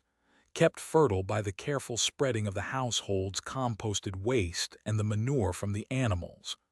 producing the hay that was the winter fodder for the livestock, and perhaps some grain, barley primarily, since it was the hardiest of the cereals and could survive the short Norse growing season, and the vegetables that supplemented the diet. Cabbages and root vegetables, herbs for flavoring and for medicine. Beyond the home field lay the outlying meadows and the woodland and the common pasture, where the animals grazed through the summer months, and beyond that the forest and the mountains, which provided timber and game and berries and mushrooms, and all the many things that a farm needed from the wild world. The diet of an ordinary Norse household was shaped by these resources and by the necessities of preservation in a world without refrigeration. Meat and fish were dried and smoked and salted, stored in quantities sufficient to carry the household through the winter. Dairy was preserved as skyr, a fermented dairy product very similar to what we would now call strained yogurt, thick and slightly sour and nutritious. And as butter and cheese, both of which could be stored for long periods, sometimes buried in bogs where the anaerobic conditions preserved them for months or even years. Grain was ground on hand querns, round stones, one turned against another. The grain fed through a hole in the upper stone, and emerging as flour from the edges, and made into flatbreads baked on stones near the fire, or into a porridge of barley or oats cooked in a great iron or soapstone pot hung over the hearth. The drinking of ale and mead was a central feature of Norse social life, not merely as a form of recreation, but as a nutritional necessity in a world where clean water was not always reliably available, and where the calories provided by fermented grain or honey were a meaningful contribution to the diet. Ale was brewed from malted barley flavored with various herbs. Bog myrtle was commonly used before the widespread adoption of hops, and it was made in large quantities and consumed regularly. Mead, made from fermented honey and water, was a more prestigious drink, associated with feasting and ceremony, and the kind of occasions that called for something richer and more resonant than everyday ale. The great drinking vessels of the Norse world, the decorated horns, the elaborate wooden cups bound with silver and copper, speak to the social importance of communal drinking, the way in which sharing a drink across a table or around a fire was a form of establishing and reaffirming the bonds that held communities together. The women of the Norse household occupied a position that was, by the standards of the broader medieval world, one of considerable agency and social recognition. The Norse household was organized around a clear division of labor. Men were responsible for the outdoor work, the farming and the fishing and the trading and the fighting, while women were responsible for the indoor work, the cooking and the weaving and the dairy making and the management of the household economy. But this division was not one of simple hierarchy, with the indoor work considered less important or less valued than the outdoor work. The mistress of a Norse household, the husfreyja, the house lady, held real authority within her domain. She controlled the household's stores and resources, managing the complex logistics of feeding and clothing a large extended family through the long winter. She kept the keys to the storage chests and the storerooms, and the bunch of keys at her belt was a mark of her status as clearly as any item of jewelry. The loom was perhaps the most important piece of equipment in the Norse household after the hearth itself. The warp-weighted loom, which was the standard Norse loom of the Viking Age, was a large, vertical frame leaning against the wall, its vertical warp threads kept in tension by clay weights hanging from their lower ends, the weaver standing before it, and passing the weft thread back and forth through the warp with a weaving sword. The production of woolen cloth was an enormous ongoing labor. The sheep had to be sheared. The wool had to be cleaned and combed and spun into yarn. The yarn had to be woven into cloth. The cloth had to be cut and sewn into garments. A Norse household might have several women working together on the weaving for much of the year, and the sound of the loom, the regular thump of the weft thread being beaten into place, would have been as constant a part of the longhouse soundscape as the crackling of the fire. The cloth that was produced on these looms was not only for domestic use. Textiles were one of the primary products of Norse trade. Both the undyed woolen cloth that was a standard commodity and the finer decorated fabrics that represented significant skill and investment. The finds of textile fragments from Norse sites and from Norse graves show a wide range of quality and technique, plain tabby weaves and more complex twills, some of them made from carefully sorted fleece of different natural colors to create geometric patterns in the weave, some of them decorated with tablet-woven bands at the edges, those intricate. narrow strips of patterned weaving produced on small square tablets that allowed the creation of extremely complex geometric and even figurative designs in silk and wool. The silk that appears in some of the finest Norse textile finds, small quantities of Byzantine or Central Asian silk incorporated into high-status garments, speaks to the long reach of Norse trade networks and to the appetite for beautiful things that the Norse shared with all the other cultures of the medieval world. Craft production in the Viking Age Norse world was of a consistently high quality and extraordinary variety. The Norse craftspeople, the smiths and the woodworkers and the comb makers and the glass bead makers and the jewelers, produced objects of great skill and beauty using techniques that were the result of long traditions of accumulated expertise. The smith, who worked in iron and bronze and silver and occasionally gold, was perhaps the most important craftsman of all, because iron was the material of tools and weapons and agricultural equipment, the hard substance on which the practical functioning of the Norse world depended. The Norse smith worked at a forge heated by a bellows, shaping the hot metal with hammer and anvil and various specialized tools,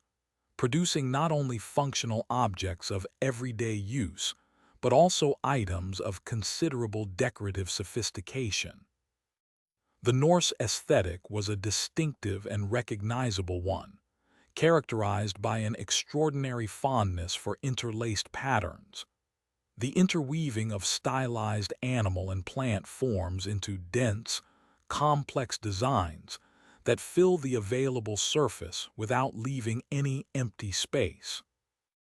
This horror vacui, this filling of every corner and curve, is one of the most characteristic features of Norse art across all media, in metalwork, in wood carving, in manuscript illumination on the rare occasions when the Norse produced manuscripts, in the carved stones that marked graves and memorialized events. The animal forms that appear in these interlaced designs are endlessly various and endlessly inventive. Biting beasts, ribbon animals, serpentine forms whose bodies twist around one another in patterns of controlled complexity that reward close attention, that seem to move slightly when you look at them, the loops and curves flowing into one another in a way that is deeply satisfying to the eye. The jewelry that Norse craftspeople produced was among the finest of the medieval world. Tortoise brooches, the large, oval or shell-shaped brooches that Norse women wore in pairs on the chest, connected by chains of beads or small pendants, were produced in enormous numbers and considerable variety, cast in bronze or silver, and decorated with complex relief patterns in the various Norse artistic styles that succeeded one another across the Viking Age. Thor's hammer pendants, small representations of Mjolnir worn around the neck as protective amulets, were among the most common objects of personal adornment in the Norse world, found across the entire geographical range of Norse culture and in both male and female graves. Rings of silver were worn on the arms and fingers, and silver was used in a more utilitarian way as well, cut into small pieces of standardized weight, weighed on small folding balances of great precision, and used as currency in the market economy that developed across the Norse world in the Viking Age. The market towns, the emporia, as archaeologists sometimes call them, were a distinctive feature of the Viking Age landscape, places where the rural economy of the farms and the long-distance economy of the trading networks came together in a concentrated space of exchange. Hedeby, at the base of the Jutland Peninsula in what is now northern Germany, was one of the most important of these towns in the 9th and 10th centuries. A planned settlement of wooden houses laid out in rows along planked streets, surrounded by a semicircular earthen rampart, with a harbor where ships from across the Baltic and the North Sea could moor. The finds from Hedeby's excavation speak to the enormous variety of goods and peoples that passed through it. Byzantine silk and Rhenish wine and Frankish swords, and amber from the Baltic coast, and soapstone vessels from Norway and glass beads from various origins, and the tools and waste of a dozen different craft specializations practiced on site. Birka, on an island in Lake Mälar in central Sweden, was the great emporium of the Eastern Norse world, the place where the furs and slaves from the northern forests met the silver dirhams flowing back along the Volga route. Koppang, on the western shore of the Oslofjord in Norway, served a similar function for the Western Norse. These towns were not large by the standards of the great cities of the wider medieval world. Hedeby, at its peak, may have had a population of a few thousand, but they were cosmopolitan in a way that most of the Norse world was not, places where you might hear a dozen different languages spoken, where the goods of the entire known world were available for the right price, where ideas and fashions and technologies from distant places arrived along with the trade goods they accompanied. The social world of the Viking Age Norse was organized around concepts and values that differed in some important ways from those of the surrounding Christian cultures, though they shared many of the universal features of human social organization. The importance of family and loyalty, the value placed on generosity and hospitality, the need for systems of dispute resolution and collective decision-making.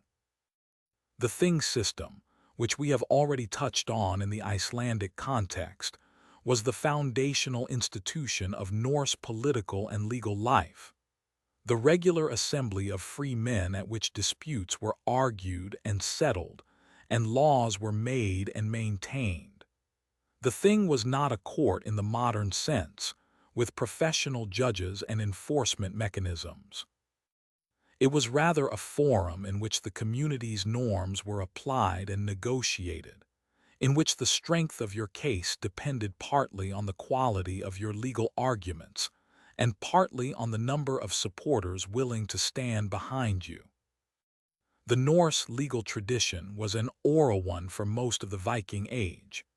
The laws were memorized and recited by specialists called the law speakers, who were responsible for knowing and transmitting the community's legal code without the aid of written texts. This oral tradition required remarkable feats of memory and the development of mnemonic techniques, formulaic phrases, rhythmic structures, the use of alliteration and other poetic devices that made the legal material easier to retain and transmit accurately.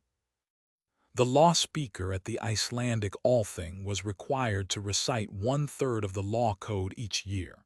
so that the entire code was recited over a 3-year cycle, a practice that kept the community's legal knowledge alive and current without any need for written records. The mythology of the Norse world, which we introduced briefly in the first chapter, was a living presence in everyday life in a way that is perhaps difficult to fully appreciate from the vantage point of a world organized around literacy and institutional religion. The gods were not distant figures approached only through formal ritual, but beings whose presence was felt in the natural world, in the thunder and the wind and the growing of crops and the moods of the sea. The mythological stories, the narratives about Odin and Thor and Loki and Freya, and all the other beings who populated the Norse cosmic imagination, were not theology in any systematic sense, but a living body of narrative that people drew on to make sense of their experience, that provided frameworks for understanding luck and fate, and the relationship between human effort and the indifferent forces of the natural world. The Skalds, the court poets of the Viking Age, were among the most important cultural figures of their world, men whose ability to compose and perform complex, alliterative verse in the intricate Norse poetic tradition gave them a unique social role. Skaldic poetry was a highly technical art form, requiring the mastery of an elaborate system of rules governing meter, alliteration, and the use of kennings, those compressed, metaphorical compound phrases that were the signature feature of Norse poetic language. The sea was the whale road or the swan's bath. Gold was the fire of the sea or the tear of the gods. Blood was the sweat of the sword. A battle was the storm of swords or the meeting of shields. These kennings accumulated into an immense poetic vocabulary, a way of speaking about the world that was simultaneously oblique and extraordinarily precise, that required the listener to be an active participant in the construction of meaning. The Skalds performed their poetry at the courts of kings and jarls, composing verses in praise of their patrons' deeds and their ancestors' valor. And these verses, memorized and passed down through generations of oral transmission, are among the most reliable historical sources we have for the Viking Age, because the strict metrical requirements of skaldic verse made them resistant to casual alteration. A skaldic verse that was misremembered and imperfectly reconstructed would show the damage in its meter, like a bone that is healed at the wrong angle. This metrical conservatism means that the skaldic poems that have survived, preserved largely in the Icelandic sagas, where they are quoted as evidence for the events the sagas describe, give us a relatively direct window into the Norse world of the 9th and 10th centuries, voices speaking across 1,000 years with a clarity and a particularity that is quietly remarkable. The Norse understanding of fate and the afterlife was a complex and not entirely consistent body of thought, shaped by different traditions that coexisted within the broader Norse cultural world. The concept of weird or Erlurg fate, the fixed pattern of each person's life laid down at birth by the Norns, the three female beings who sat at the roots of Yggdrasil, the world tree, and wove and cut the threads of human destiny, was a pervasive one, suggesting a worldview in which human agency was real but ultimately bounded, in which you could choose how to act but not whether the consequences of your actions would eventually catch up with you. Death in battle, if it came with courage and without flinching, was not simply an ending but a passage to Valhalla, the great hall of Odin where the warriors chosen by the Valkyries feasted and fought through an eternal day, waiting for Ragnarok. But Valhalla was not the only destination available to the Norse dead, and it was probably not the most commonly imagined one for ordinary people. Most of the dead went to hell, not the torment of the Christian hell, but simply the realm of the dead, a gray and quiet place beneath the earth, ruled by the goddess Hel, where the dead continued a diminished version of their living existence. Some of the dead were thought to linger near their burial mounds, close to the land they had farmed and the family they had left, and these mound dwellers, the Draugr, could be consulted or propitiated or, if they became troublesome, confronted. The burial mound was not simply a grave but a dwelling, and the objects placed within it, the weapons, the tools, the food and drink, the animals, and sometimes the human sacrifice to accompany the dead, were provisions for a continued existence on the other side of death, an existence imagined in terms not radically different from the life that had just ended. The Norse burial tradition encompassed a wide range of practices, from the simplest inhumation with minimal grave goods to the elaborate ship burials of the most powerful individuals. burials in which a complete seagoing vessel was used as the coffin, filled with everything the dead person might need in the afterlife, then covered with an enormous mound of earth. The Oseberg burial, discovered beneath a great mound on the western shore of the Oslofjord in 1904, is the most extraordinary of these ship burials. A vessel about 22 meters long, placed in a trench and filled with an astonishing quantity of objects. Wooden sleds decorated with elaborate carvings, a wagon of extraordinary craftsmanship, textiles of great beauty and variety, kitchen equipment, beds, agricultural tools, the bodies of 15 horses and 6 dogs, and at the center of it all, 2 women whose identities and relationship to one another have been debated by scholars ever since. The richness of the Oseberg burial speaks to a conception of the afterlife as a continuation of the life just ended, and to the willingness of the living to invest enormous resources in providing for the dead. This is the world that the Vikings built at home, not a world of constant movement and distant shores, but a world of fire and wool and carved wood, and fermented dairy and complex poetry and intricate metalwork, and the slow turning of the seasons. A world organized around the longhouse and the farm and the thing, around the obligations of family and the requirements of hospitality, and the management of reputation in a community where everyone knew everyone else, and the consequences of your actions followed you through your entire life. It was a world of considerable beauty and considerable hardship, of long winters and brief summers, of darkness and firelight and the smell of the sea carried on the wind. A world that was, in most of its textures and rhythms, deeply familiar,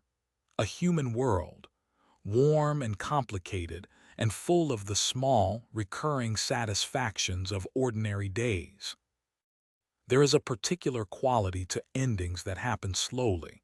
that do not arrive all at once but come in gradually, the way the light changes in late afternoon, so incrementally that you cannot say precisely when the brightness of midday became the softer gold of evening, only that at some point you notice the change has already happened, that the world has settled into a different register, without your having observed the moment of transition. The end of the Viking Age was an ending of this kind, not a sharp conclusion, not a battle lost or a kingdom fallen or a single decisive moment after which everything was different, but a long, slow process of change that unfolded across generations, that transformed the Norse world from within as much as from without, that dissolved the particular configuration of things that we call the Viking Age into the broader currents of medieval European history, as gently and as thoroughly as salt dissolves in warm water. We might say, conventionally, that the Viking Age ended in 1066, the year that brings with it 2 events that historians have often used as bookends to the era. In September of that year, the Norwegian king Harald Hardrada, Harald the Hard Ruler, the last great Viking king in the old tradition, a man who had served in the Varangian Guard in Constantinople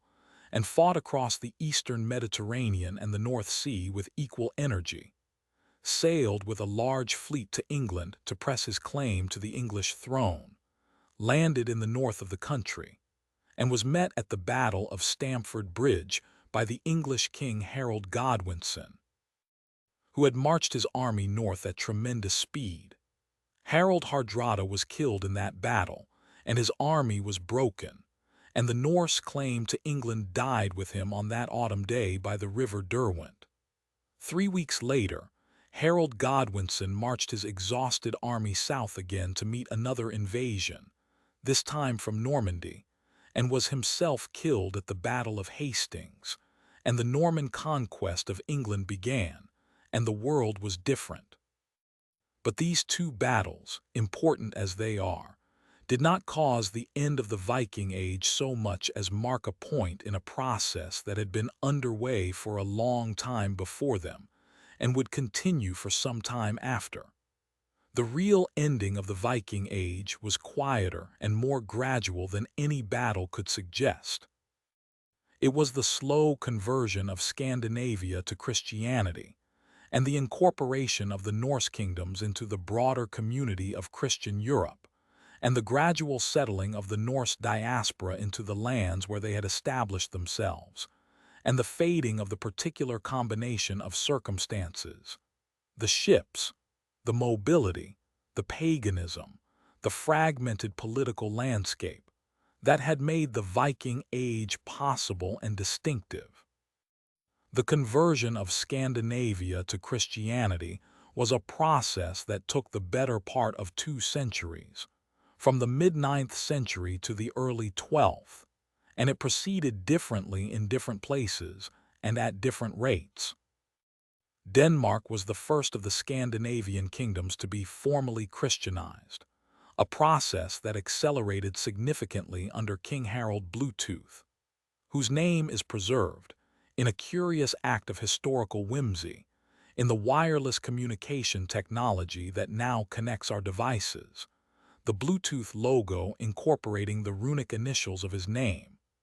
who erected the large carved runestone at Jelling around 965 CE that states,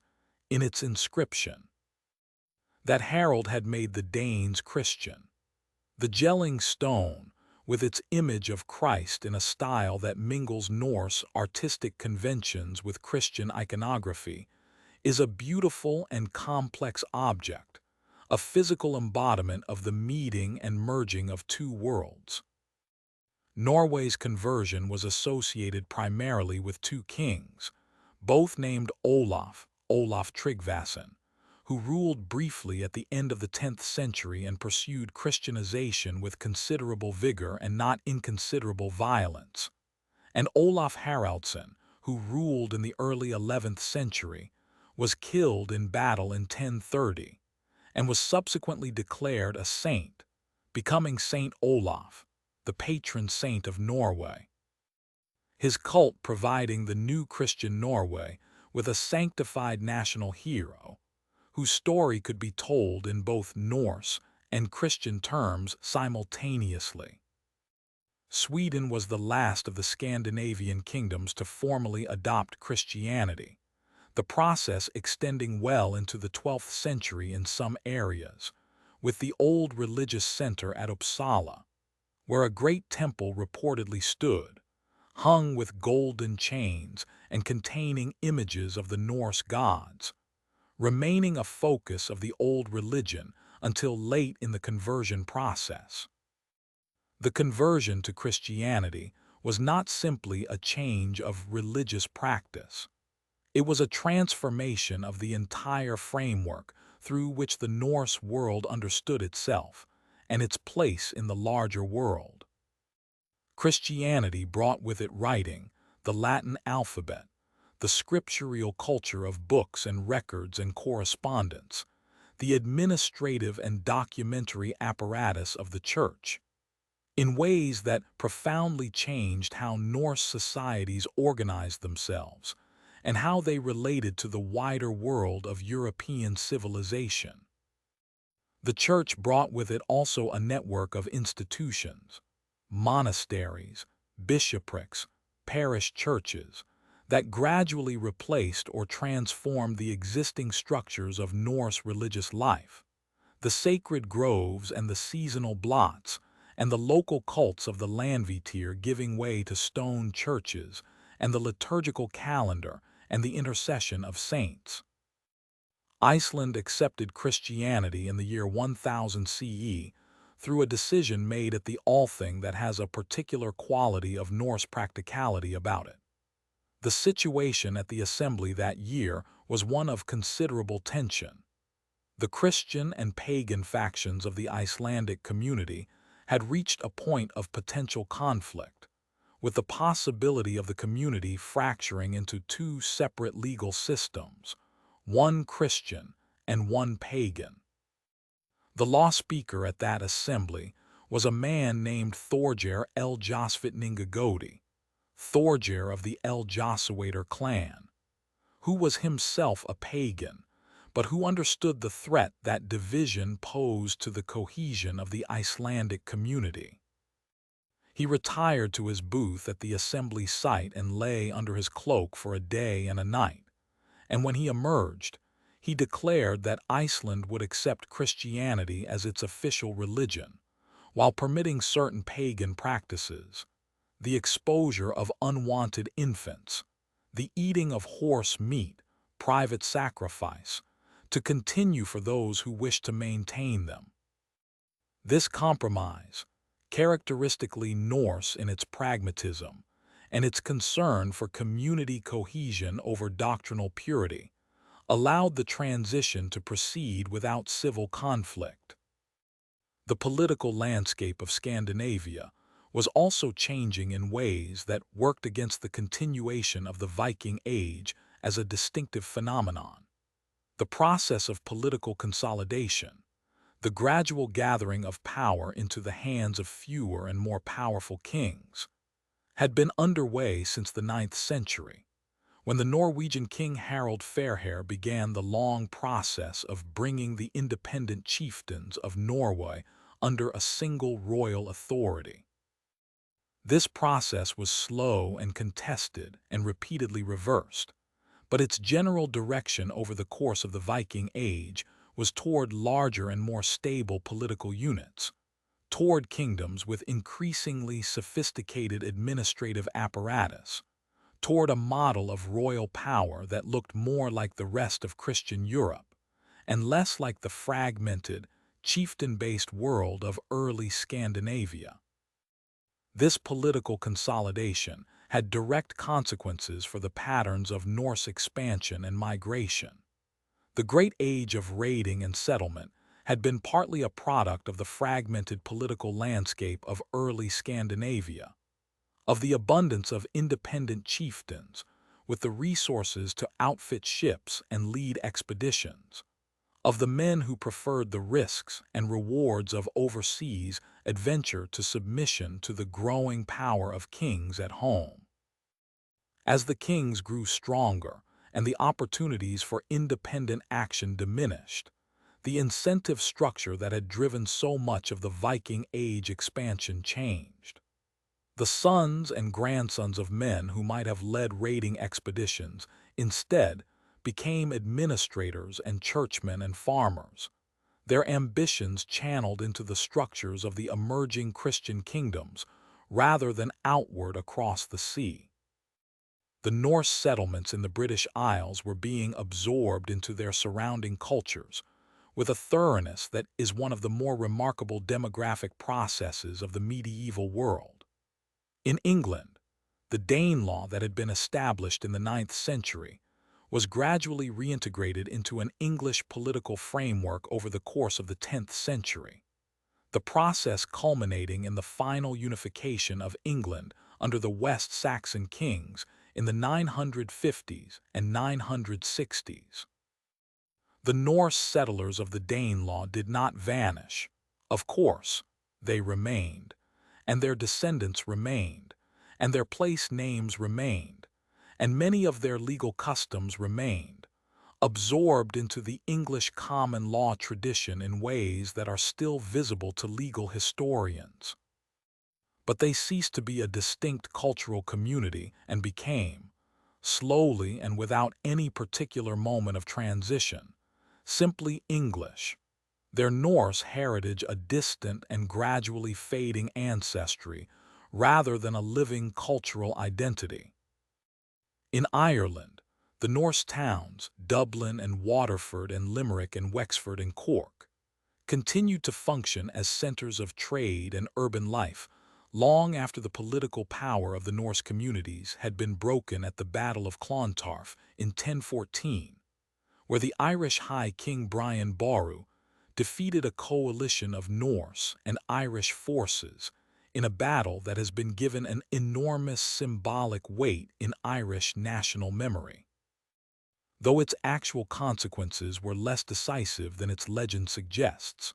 The Norse of Ireland became, over the following generations, thoroughly integrated into Irish society, marrying into Irish families, adopting Irish Christian culture, fighting in Irish armies, burying their dead in Irish churchyards. While their towns continued to be the commercial centers of the island, their harbors still serving the trading networks that connected Ireland to Britain and the continent and the wider Norse world. In Normandy, the Norse settlers who had established themselves in the lower Seine Valley at the beginning of the 10th century under their leader Rollo, who had received the territory from the Frankish King Charles the Simple in 911 CE, in exchange for converting to Christianity and agreeing to defend the coast against further Norse raids, underwent the most rapid and complete cultural transformation of any Norse settler community. Within 2 or 3 generations, the Normans, the men of the north, the Northmen, had adopted the French language and the Frankish culture surrounding them so thoroughly that they were indistinguishable in language and culture from their Frankish neighbors,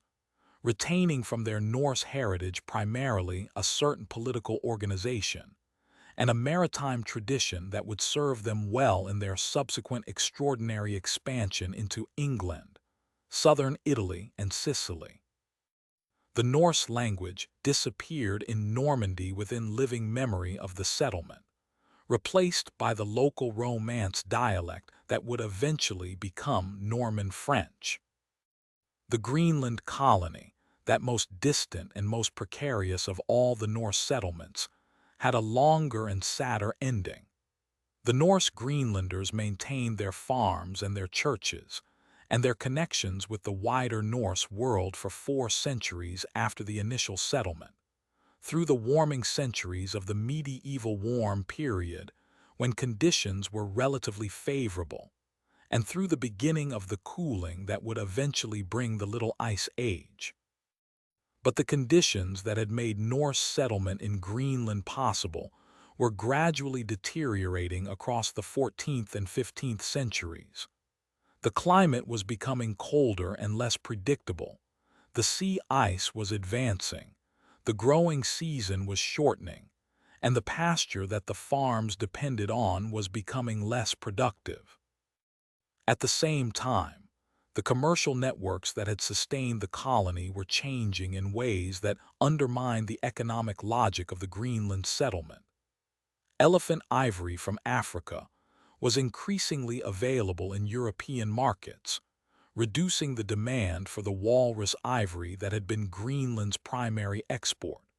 and the shipping routes that connected Greenland to Norway were becoming less regularly maintained as the Norse interest in the North Atlantic diminished. The western settlement of Greenland was abandoned sometime in the mid-14th century. The eastern settlement persisted for another century or so, its population dwindling as the conditions worsened and the ships came less and less frequently. The last written record of the Greenland colony dates from 1408, a record of a wedding in the church at H. Valsey, a perfectly ordinary event, 2 people marrying in a stone church at the end of the world, the wind off the ice cap moving through the grass around the churchyard, the handful of remaining colonists gathered inside to witness the ceremony. After that, silence. When European ships reached the eastern settlement again in the 16th century, the farms were empty, the churches roofless, the cattle gone. The bones of the last Norse Greenlanders have been found in the frozen soil of the churchyards, their skeletons showing the signs of severe malnutrition in the final generations, shorter and more fragile than their ancestors, the marks of cold and hunger written into the density of their bones. What happened to the last Norse Greenlanders is not known with certainty. They may simply have died, the colony expiring through a combination of starvation and cold and disease, the last few survivors unable to maintain even the minimal economy necessary to sustain life. They may have been absorbed by the Inuit, the Thule people who had been expanding southward through Greenland during the same centuries that the Norse colony was declining, and whose archaeological sites in Greenland contain occasional Norse objects, pieces of chain mail, carved wooden figures, fragments of woven cloth, that speak to at least some contact between the two communities. Whatever happened, the Greenland colony ended without any written record of its ending, quietly and without witnesses, the longhouses slowly filling with ice and the churches slowly falling, the grass growing over everything in the brief Greenland summers, the cold returning each autumn as it always had. The runes themselves, the angular, carved alphabet that the Norse had used for inscriptions on stone and wood and metal throughout the Viking Age, tell the story of the long fading in their own way. The runic tradition did not end abruptly with the Christianization of Scandinavia. Runes continued to be used for centuries after the conversion, carved into church walls and memorial stones, adapted to the new Christian context with a fluency that speaks to how deeply the tradition was embedded in Norse culture. But gradually, over the centuries, the Latin alphabet, the script of the church, of administration, of the new literate culture, displaced the runes from most of their functions, and the runic tradition contracted to a few specialized uses before fading away entirely in most of Scandinavia. In some areas of rural Sweden it persisted longer, in a form called Dalecarlian runes, used by farmers and craftsmen to mark ownership and record practical information, a quiet survival of the old script in the margins of the new literate world. The Norse mythology and the old religious beliefs faded more slowly than the runes, and more unevenly, preserved in the remote valleys and the island communities, where the reach of the church was weakest, and the old ways were most deeply embedded. In Iceland, the old stories survived not as living belief, but as literature transcribed by Christian scholars who understood their cultural and historical value, preserved in manuscripts that are among the great treasures of medieval European literature. The Prose Edda, compiled by the Icelandic scholar Snorri Sturluson in the early 13th century, is a systematic account of Norse mythology that Snorri wrote partly as a handbook for poets who needed to understand the old mythological references in skaldic verse, and partly out of a genuine antiquarian interest in the culture of his ancestors. Without Snorri's work, our knowledge of Norse mythology would be far thinner and more fragmentary than it is. He preserved, in the clear and graceful prose of his Icelandic Latin-influenced writing, the stories of the creation of the world and the genealogies of the gods and the great narrative of Ragnarok, the twilight of the gods, the final winter when the world would end in fire and flood, and the snake would poison the sky. The Norse sagas, those long prose narratives of family life and adventure and settlement and legal dispute that were composed in Iceland in the 12th and 13th centuries, represent the final great flowering of Norse literary culture. A flowering that happened, with characteristic Norse practicality, precisely as the culture they described was receding into the past, becoming something that needed to be remembered rather than something being currently lived. The family sagas in particular, the Islandinga saga, the sagas of the Icelanders, are among the most remarkable works of medieval literature, their prose style spare and economical and deeply observant, their characters rendered with a psychological depth and a social specificity that feels entirely modern, their narratives unfolding with the slow, patient attention to consequence and reputation, and the long aftermath of past actions that is one of the most characteristic features of the Norse literary imagination. The days of the week in English and in the other Germanic languages carry the Norse gods within them still, quietly, in the names that have been worn smooth by centuries of use, until their origins are invisible in ordinary conversation. Tuesday is Tyr's Day, named for the one-handed god of justice and law. Wednesday is Woden's Day, Odin's Day, the Wanderer's Day, the day of wisdom and poetry and the far horizon. Thursday is Thor's Day, the thunder god's day, the day of the red-bearded protector of farmers. Friday is Frigg's Day, the day of the goddess of marriage and home and the quiet interior life of the household. These names are small and very old survivals,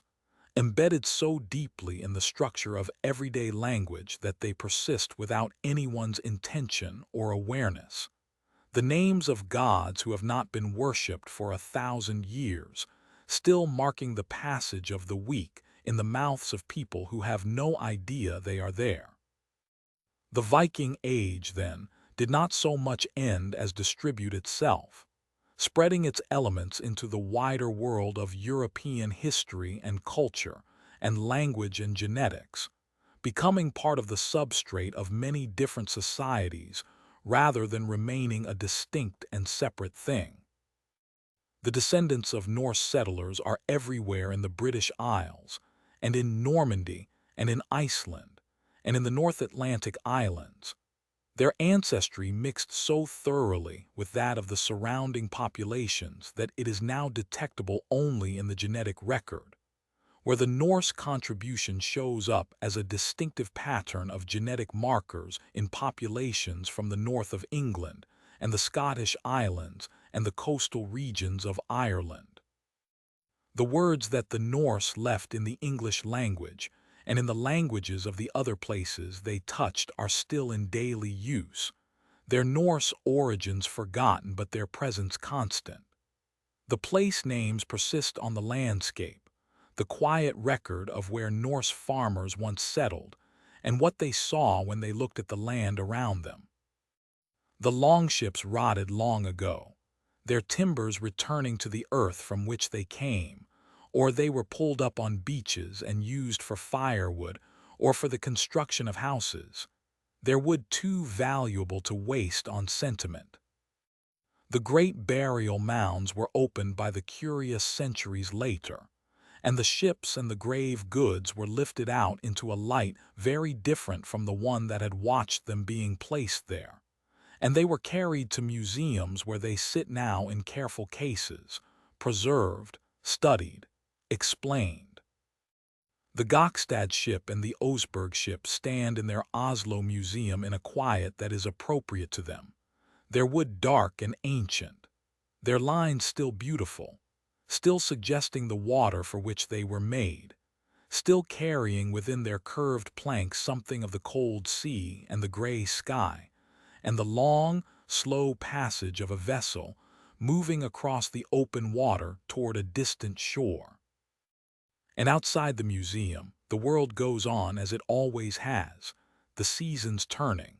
the light changing, the water moving on its eternal unhurried way between the continents. The fjords of Norway are still there, long and deep and cold,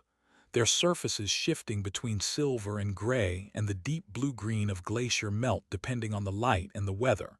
the forested slopes rising steeply from the water on both sides, the sky enormous and pale above it all.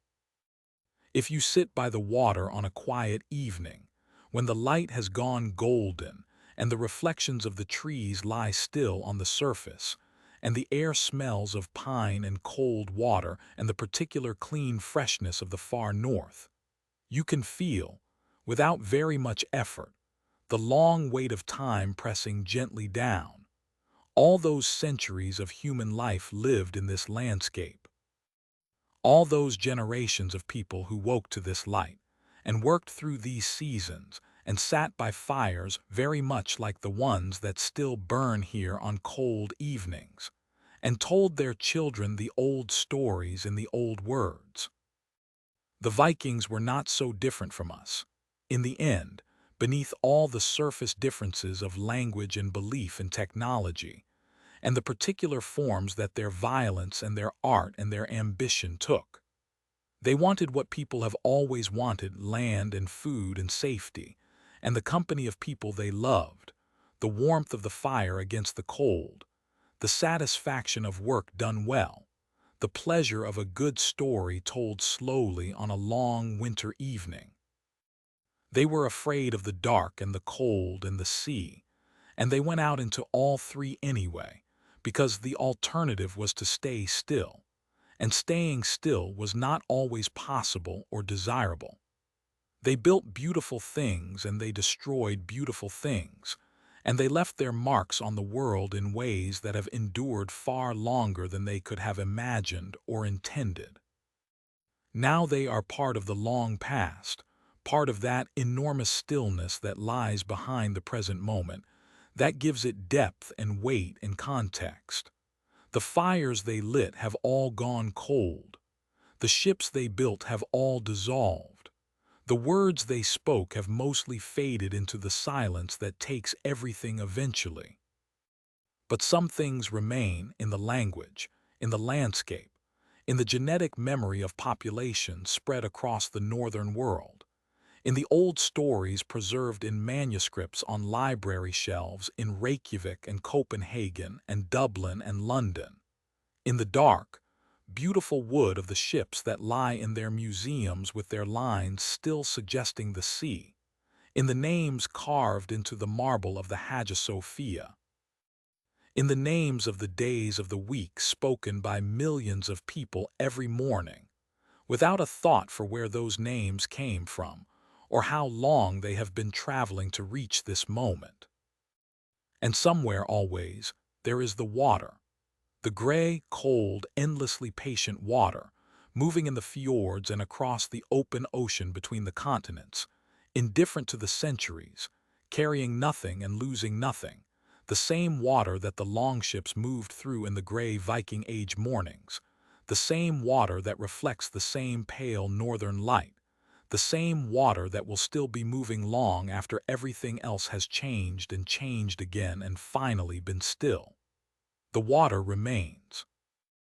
And in the water, faintly, distantly, as if heard through a great depth of time, the sound of an oar pulled slowly through the dark surface,